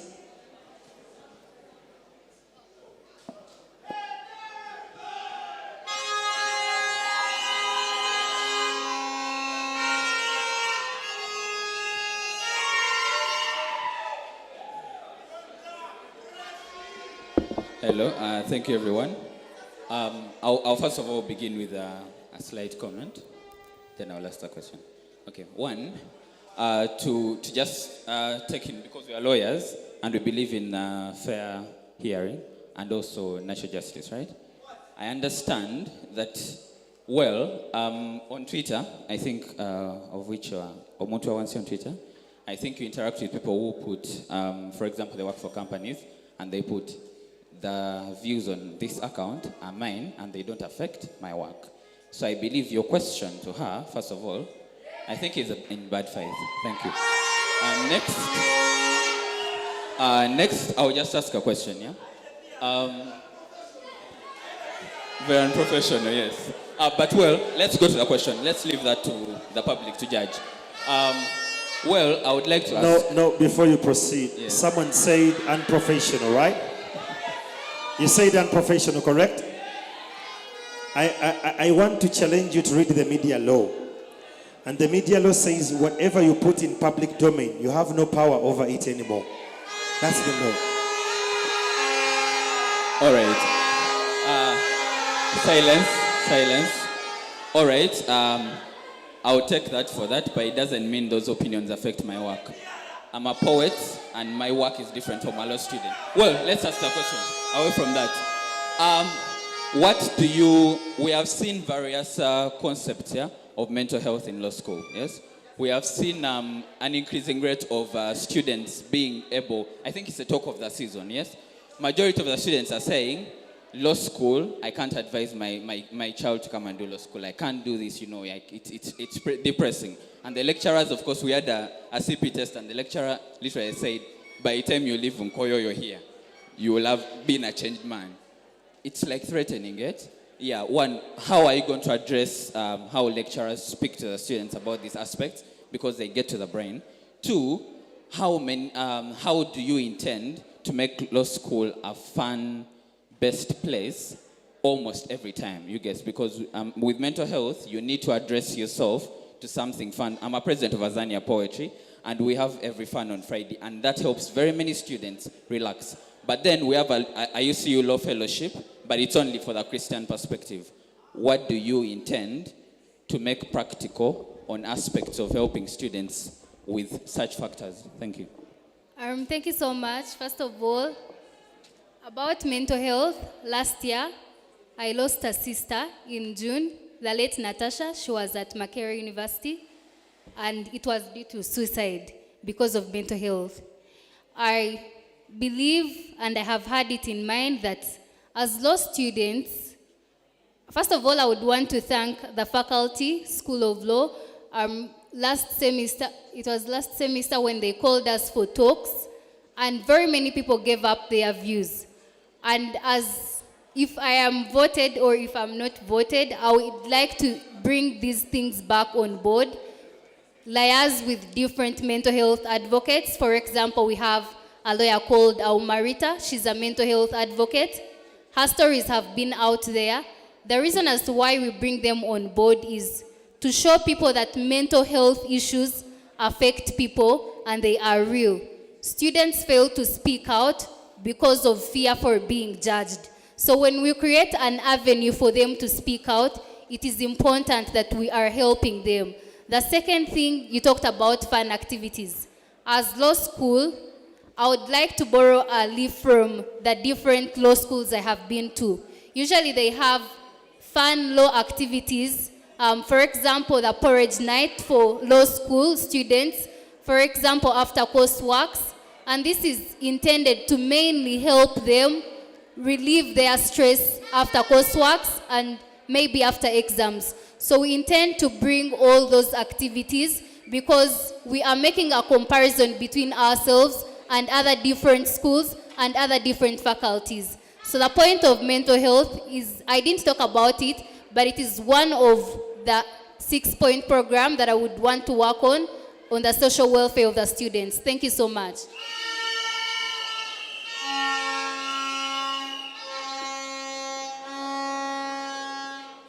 Good evening, everyone. I am Linda Evans Alijo. My question is quite simple. We understand that some of us are finalizing our law school here. So what's your contingency plan for both us who are going out or those that are already out and those that are still here? First of all, we need to know that the alumni is a base foundation of every law school or every university. When you keep in touch with the alumni, then that means you are making a close base for our society. I talked about partnerships and I talked about bridging a gap between the alumni and also the students that are within school. One, when we bring the alumni on board, it is very easy for us to be helped. I also talked about partnerships and our partnerships with law firms. I talked about things like the public lecture. We intend to draw them back to this school of law by inviting them for these public lectures, by inviting them for these law symposiums, because they need to help us and we need to help them better. Thank you so much. Thank you so much. Let's give her a round of applause.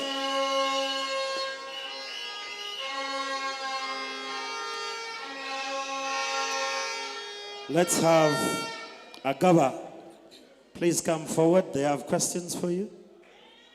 And Dorothy, the issue raised of mental health. Law faculty has the highest number of mental illness. So this is a conversation we need to harness. Whoever of you who will go through, we need to find this conversation further. Questions? Okay, good evening, everyone.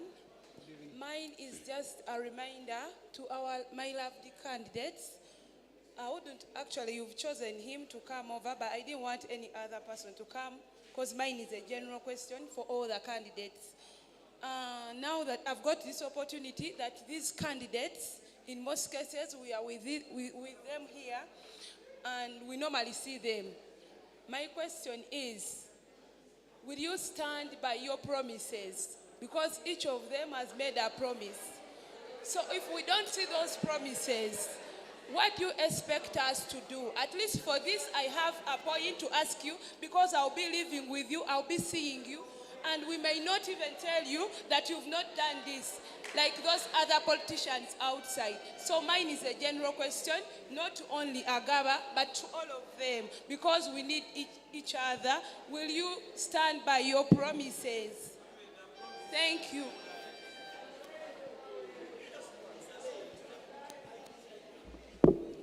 Thank you very much. As Agaba, I believe that a man's word is his bond. And if you say something, you have an obligation to actually fulfill it to the very best of your ability. And if I make a promise to you and I do not fulfill it, you're welcome to come for accountability on any day, because we want an inclusive society. We want a society where no one gets left behind. And if I don't fulfill any, come to me. It's okay. There is another question. These are voters. My question is a general question too, though it would be better if Mrs. Dorothy Akatukunda could answer it. This is my question. We live in a country where leaders today amend our constitutions to actually fit their motives. Mrs. Dorothy, this is a humble, I want to note from you, you were on that committee that amended our constitution. And in that constitution, there was an article that was saying that once you were class rep, you cannot stand for election. No, guys. Comrades. So, Dorothy, I think being a class rep is one of those fundamental leadership positions that we have. A class rep is a very important person. They link us to our lecturers. Minus a class rep, you can miss a class. You get it? So, Dorothy, can we take it that the amendment was made to suit you to come and stand for presidency?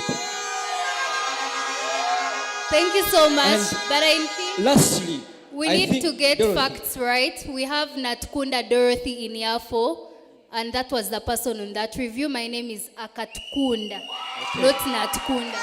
Thank you so much. Thank you. And lastly, I also have a question for the Electoral Commission. Yesterday, there were 6 candidates, according to me, but I'm seeing 5 candidates. What's happening? I'm not seeing Chitandwe here. I think these people need to answer certain questions. Thank you. The Electoral Commission will respond to that. Philam, Edwin, come. Comrades, like I said, when you come to ask questions, have facts. Just a letter will. Comrade, go ahead and ask. Thank you. Good evening, everyone. My name is Kampanya Abdu Swaibu. And I have a general question to all the candidates. And this, I will quote Article 29, Clause 1D, which is to the effect that you will have freedom to assemble and to demonstrate together with others peacefully and unarmed and to petition. As you see you, once you are voted in as our president, you see you doesn't want to listen to anything like a student is demonstrating over a matter which is burning.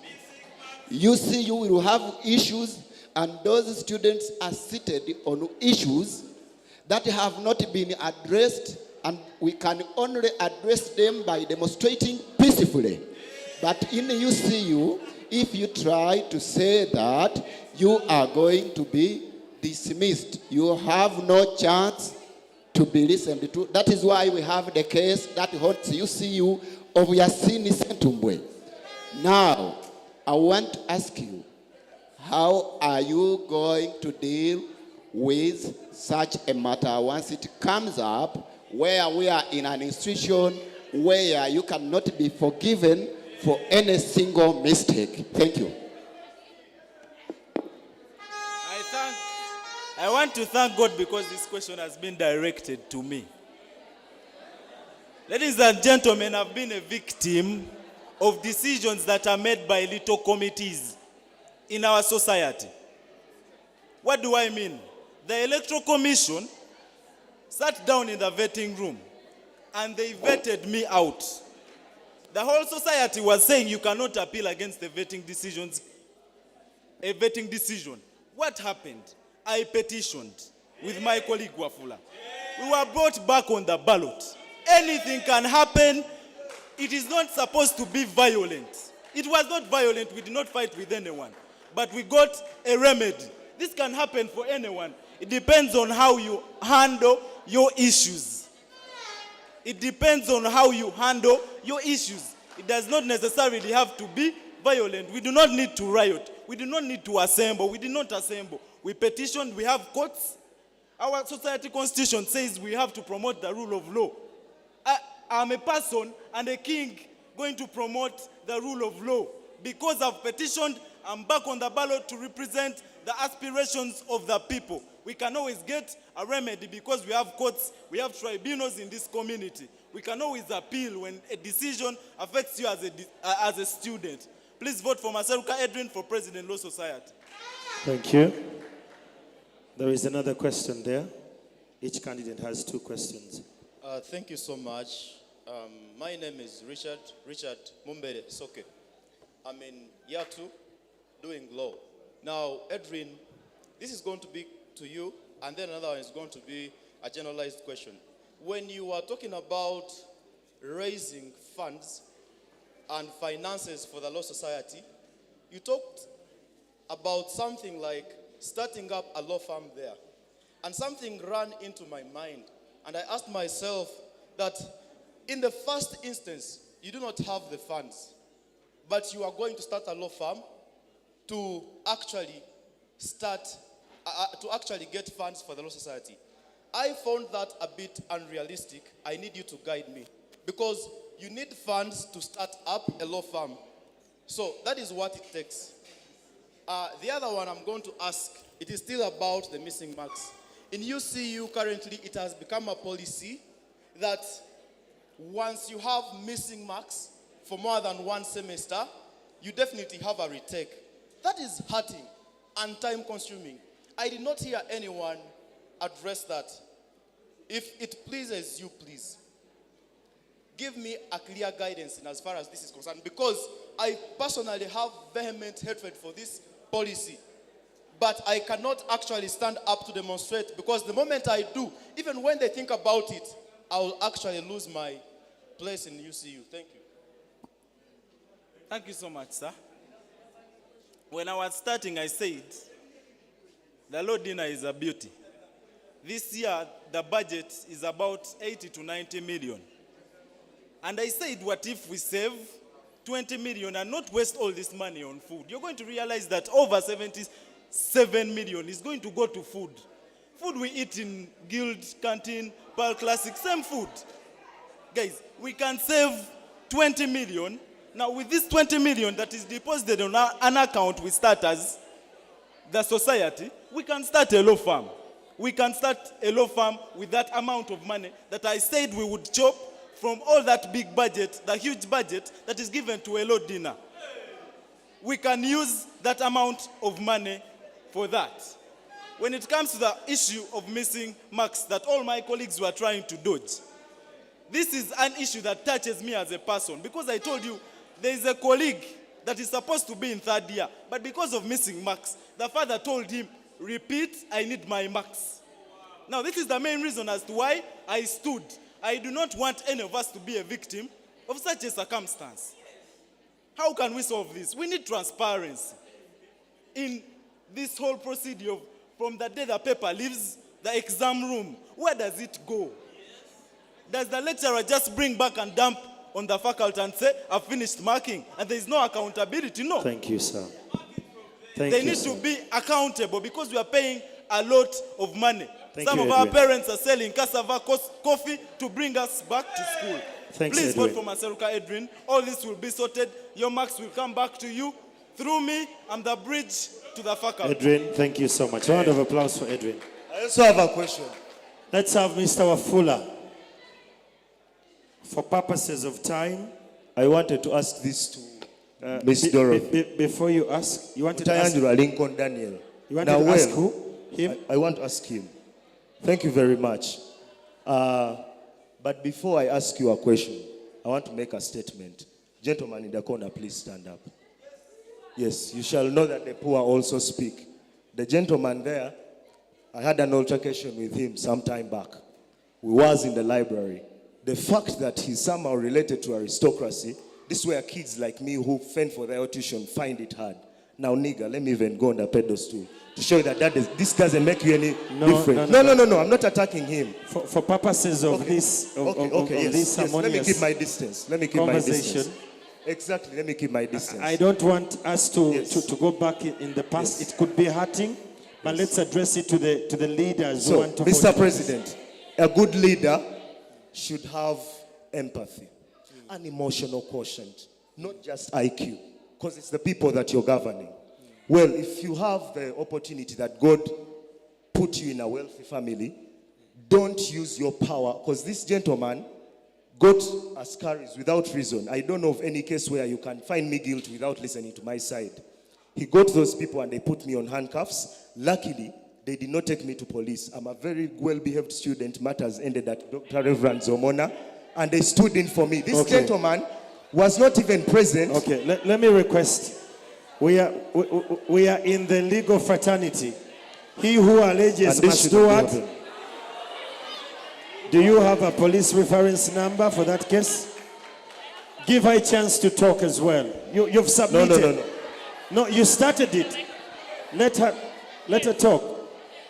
I remember that day. It was last semester. We were in the library, and this boy here kept on making noise, calling us. We were. Comrade. No. Comrade. No. I remember we were in the library reading. He would just turn up to anyone. Moreover, we are reading, we are silent, and you're saying we are making noise. What's that? I remember that day. Yes. Okay. They should bring the Bibles. Comrades, I was seated in Thank front you. of you. Thank you. You are just Allow me to guide this conversation. In law, whenever you raise an issue, please come with empirical evidence and facts. That is one. Then let us not be sensational. We are dealing with the here. Comrade, you can ask a question. Thank you so much. I just have a simple question to Mr. Wafula. You talked about the 3 million that you're going to invest, but you didn't give us the real investment that you're going to put them into. So just put down the real investment that you're going to invest that money into. Then you show us the returns that will come after. Thank you. Thank you so much. I will begin. I have 3 questions because there were 2 general questions with his. So I have an advantage of getting 1 more question. I want to clarify something. The first question was, shall I stand by my promise? Look here, I am not promising anything, people. I am not promising anything. When you look at me, when you go to academics, I haven't paid any penny for my tuition. I haven't paid anything. The 3 million I'm talking about, I quoted very well the moderator saying, be cautious of people who go around throwing money. I am not throwing any money. People, look here. We have the 2K campaign that is going on. Kindly tell us how much money they have gathered. They have so far gathered 480,000. They have so far gathered 480,000. And the campaign has been going. Look here. For how long are we going to be gathering 480,000? I said, let me get the 3 million. This 3 million is not too much money. It is little money. I want to invest this money. So that, look here. I want to invest this money in what?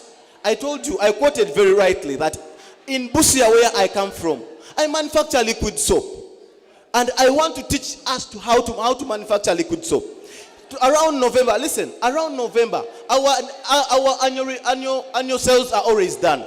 And we sell, I said we sell 5,000 jerrycans of liquid soap each year. And each jerrycan goes for 50,000. Now, I said, if you do mathematics, that is 250 million. If I really manufacture that liquid soap with you, and you buy that liquid soap, and he buys the liquid soap, and the lecturer buys the liquid soap, we are going to try to raise that money. What am I aiming at?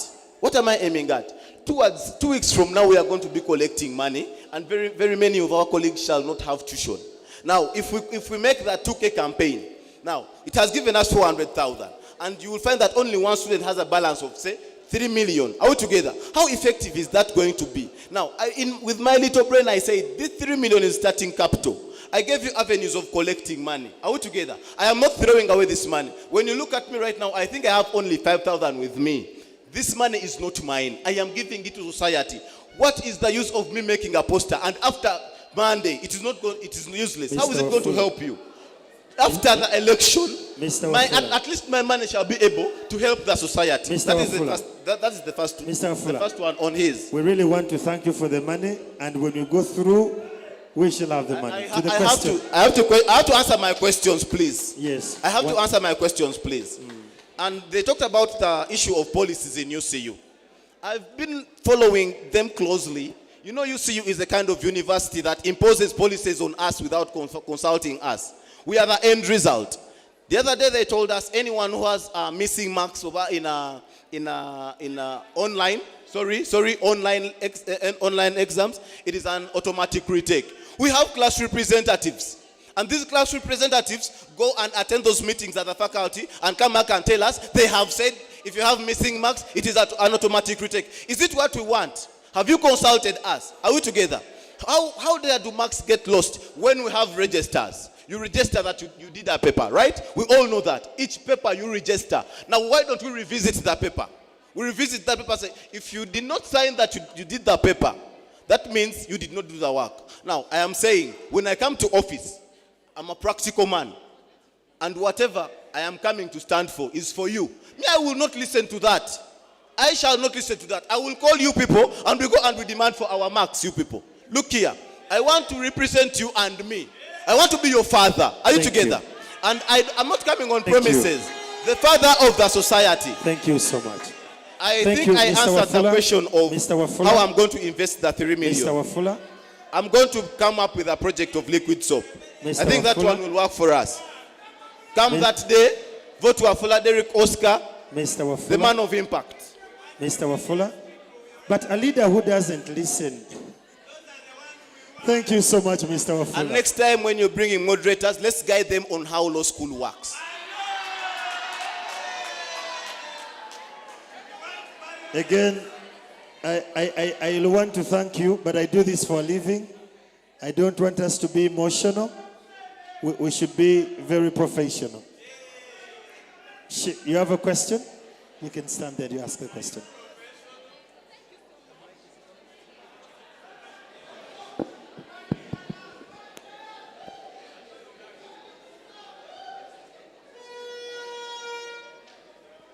Good evening, everyone. I'm Auma Cynthia Blessing. I'm in year 2. Right now, as I'm speaking, it's been long. I've never stood in front of such a loud crowd of people, a large crowd of people. But because of Wafula, I'm here today. Because of a woman, I'm here today. The year 2 girls are very quiet, but I'm aware of what is going on. Wafula, you know Shiba? Excuse me, please come. Excuse me.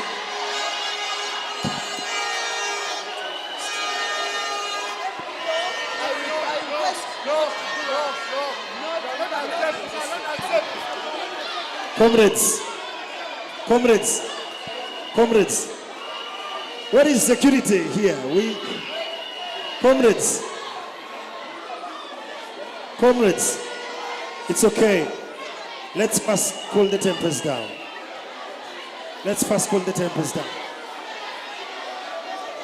Comrades,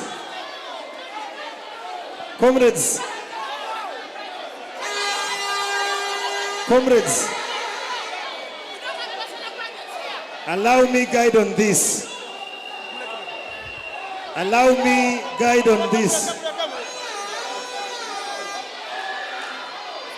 Let us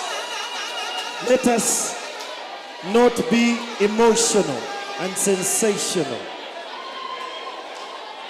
Let's stay focused. Okay, so this is it, yeah? If Wafula had an issue with Essie, and it is not Essie raising the question therein, I am not going to allow Essie to ask the question. For purposes of sanity of this conversation, let us stick it to the leadership, unless otherwise. So, let me welcome Mr. Oyet. Questions for Oyet. Oyet, come and have the questions. Let us stay professional and to the cause as to why we're here. questions that are checking the leadership core of the candidates. Please. If you have a question, silence, please. Okay, let her yet respond Please. to that question already. Thank you so much. Good evening to you, Mr. Oyet. Yes, good evening. My name is Bosa Price. Yes, Dosa. I'm not a student here, Yes, but please. I was very interested in the debate. Yes, please. My question to you is, many times as leaders, as we get into office, we find issues that have for a long time been affecting students.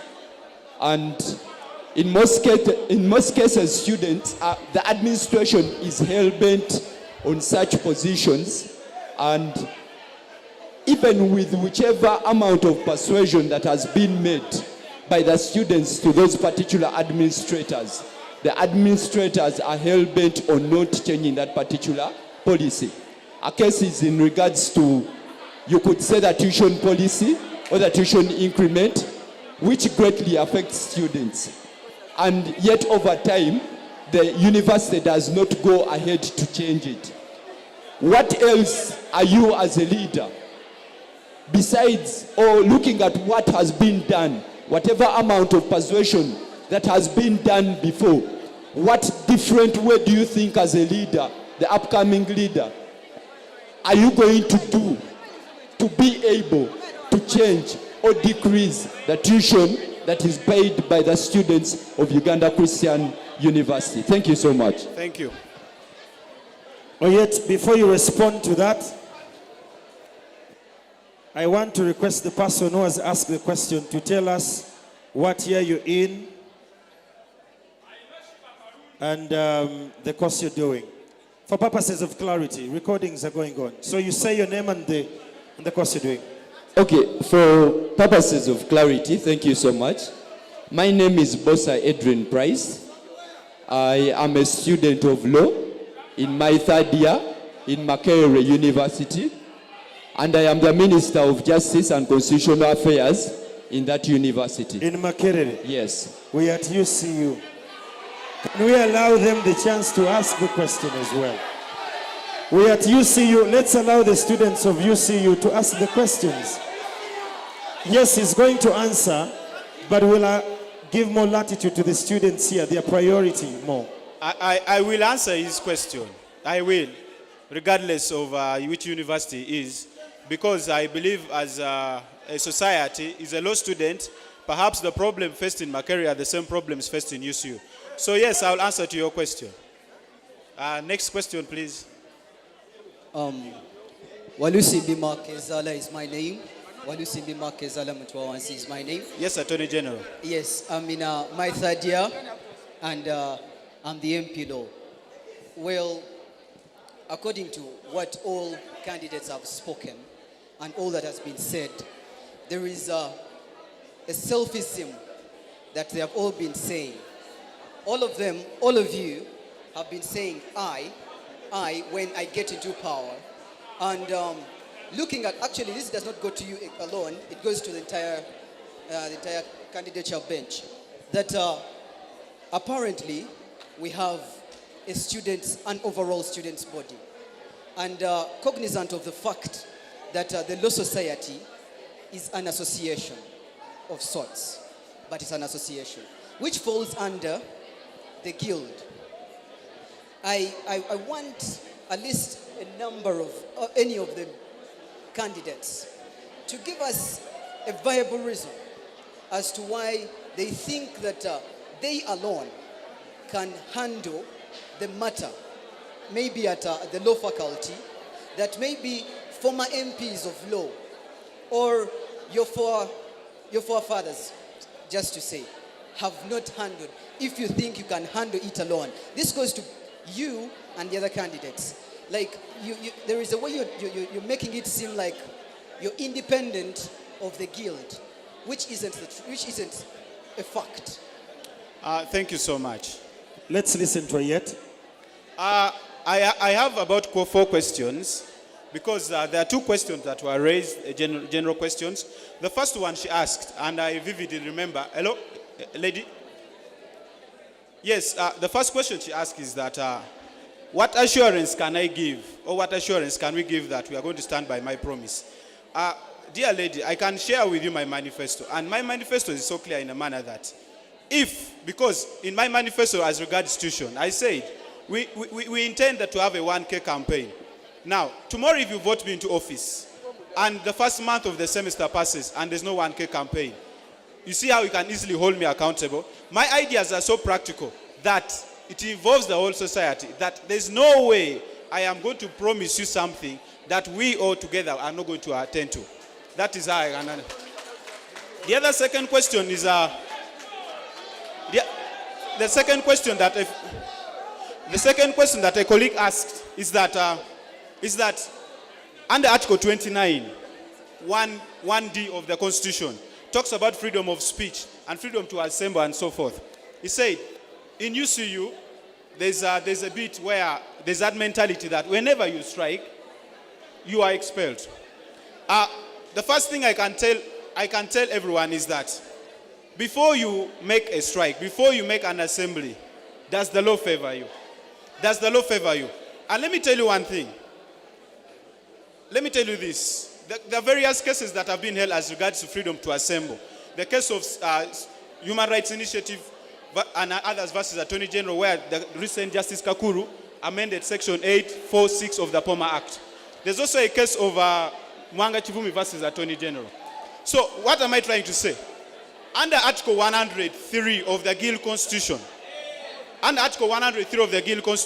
it provides that for any society to exist, it must have a constitution fully signed by the president, fully signed by the vice chancellor. That alone, it will answer your question. In that, the time the Gill Constitution and the Gill government recognizes that the Law Society does exist as an independent body, because it is provided in the Constitution, it is signed by the Vice Chancellor. I think we can run our affairs, provided, because under Article 103 says, provided it is not inconsistent with the Gill Constitution.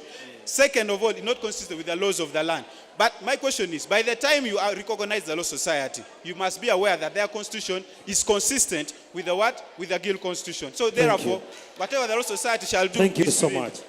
Ladies and gentlemen, because of time, it is already 6. Allow me to welcome the Electoral Commission boss. Thank you so much. I beg you, I urge you, please, for the first time in your life, trust and Oyet with your vote. And let's see the Law Society greater again. Thank you.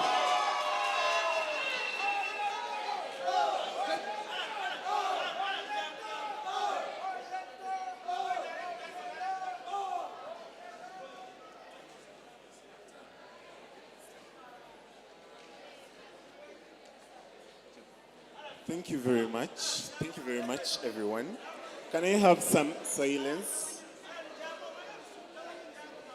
Members, people, LLB, students, friends, just silence. I'm telling you how you're going to conduct your voting so that we are not bombarded. People, let's listen. We've had our candidates. We've had the debate. And so now your next choice is to go and vote your candidate of your choice. But before I proceed,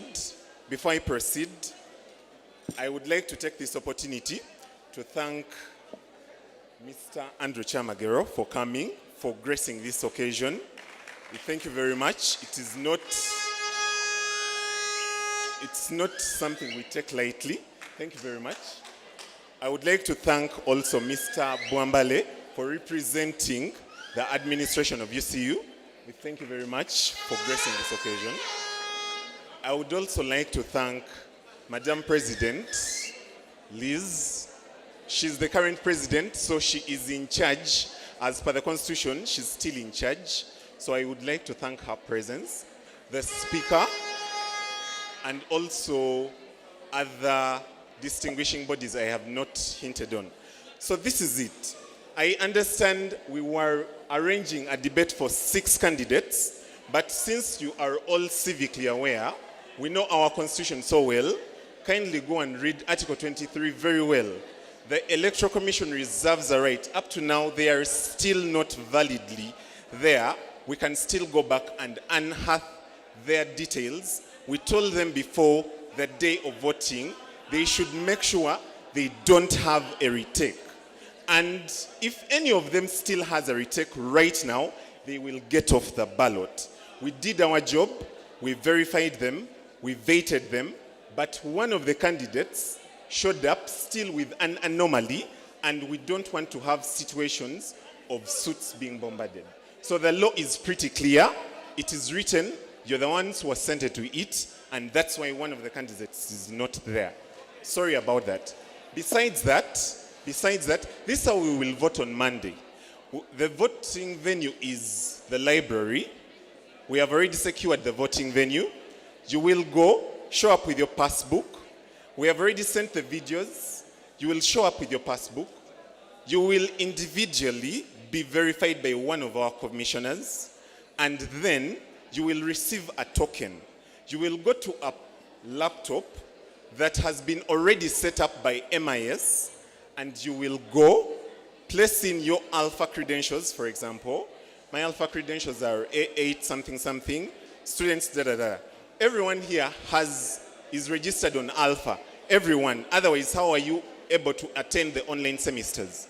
So you will go, place in your alpha credentials, and then a token or a password will show up. Now, some people are jazzing, and in case you miss out that information, it is upon you. So you will go, place in that password you will have gotten, and then you will proceed to tick the candidates of your choice. Therein, you will submit, press submit, and then that is it. You still have a chance to change your mind at that time and all that and so on. So that said and done, we already have the lists out, and the lists are already there. You will just verify with an end block, and that's it.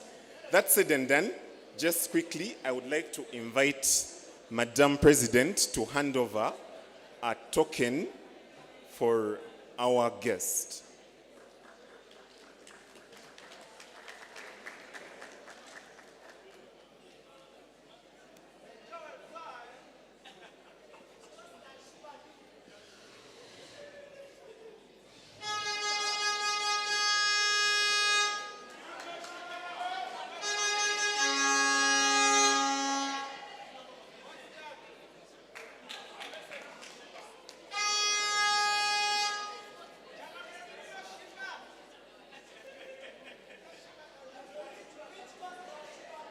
Thank you very much, Mr. Andrew Chamagero. We are very grateful for your presence. And once again, I would not leave this floor without appreciating Bill Dunn. Bill Dunn is one of us. Don't think we hired mercenaries. He's one of us. And also, he's a very brilliant moderator, as we have seen. And also Honorable Elsie. She's also one of us. She's a student of journalism. Thank you very much for gracing this occasion and for working with Mr. Andrew for making this day. We appreciate your efforts. They don't go unnoticed.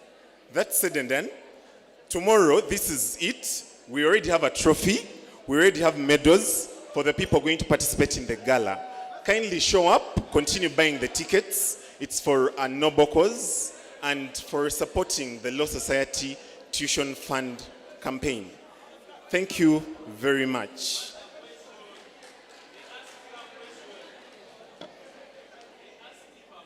Thank you so much. We appreciate you all for giving us the time. So right now, I would request this gentleman to pray for us. Please, thank you so much and have a nice weekend. All right, let's humble ourselves and pray. Oh Lord, loving Father, we thank you for the gift of life that you brought us here in Grand Tandem. Pray that we live in the great spirit and pray that the best whole moves out within and praise your name forever will and forever we praise your name because you're Jesus Christ. We pray that the best candidate wins and we pray all this remains in harmony. In Jesus prayed, we prayed and believed. Amen.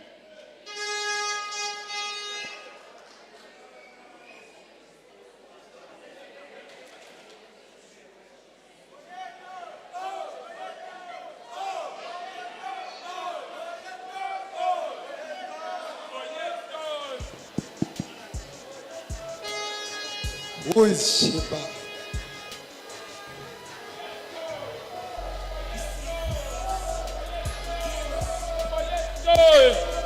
Amen, trash. No, but do you know Sheba? I don't know Sheba. Do you know Oh, Sheba? yes, oh! Oh, yes, oh! Oh, yes, oh! Oh, yes, oh!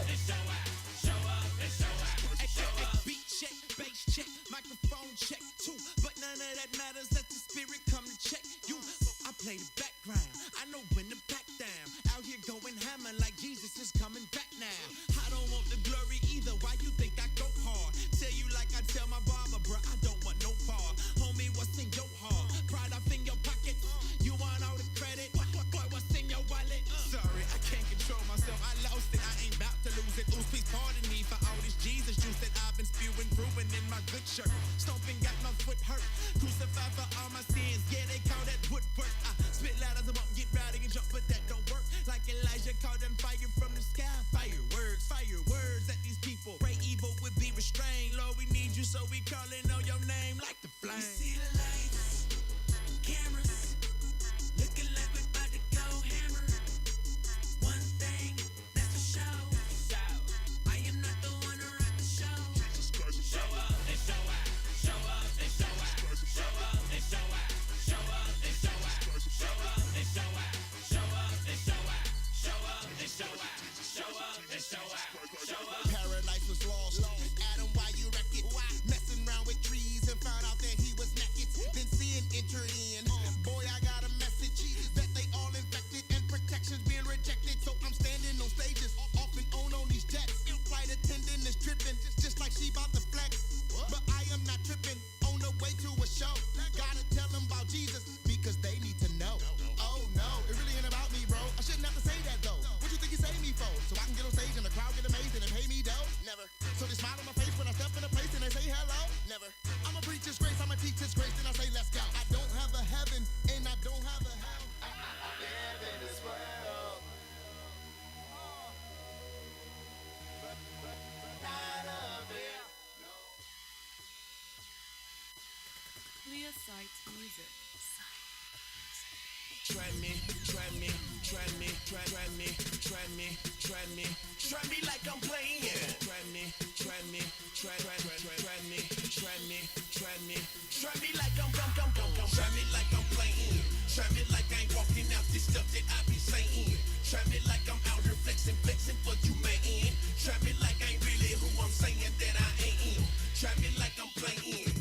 Try me, try me, try me, try me, try me. Try me, try me, try me, try me, try me, try me, try me, try me, try me, try me, try me.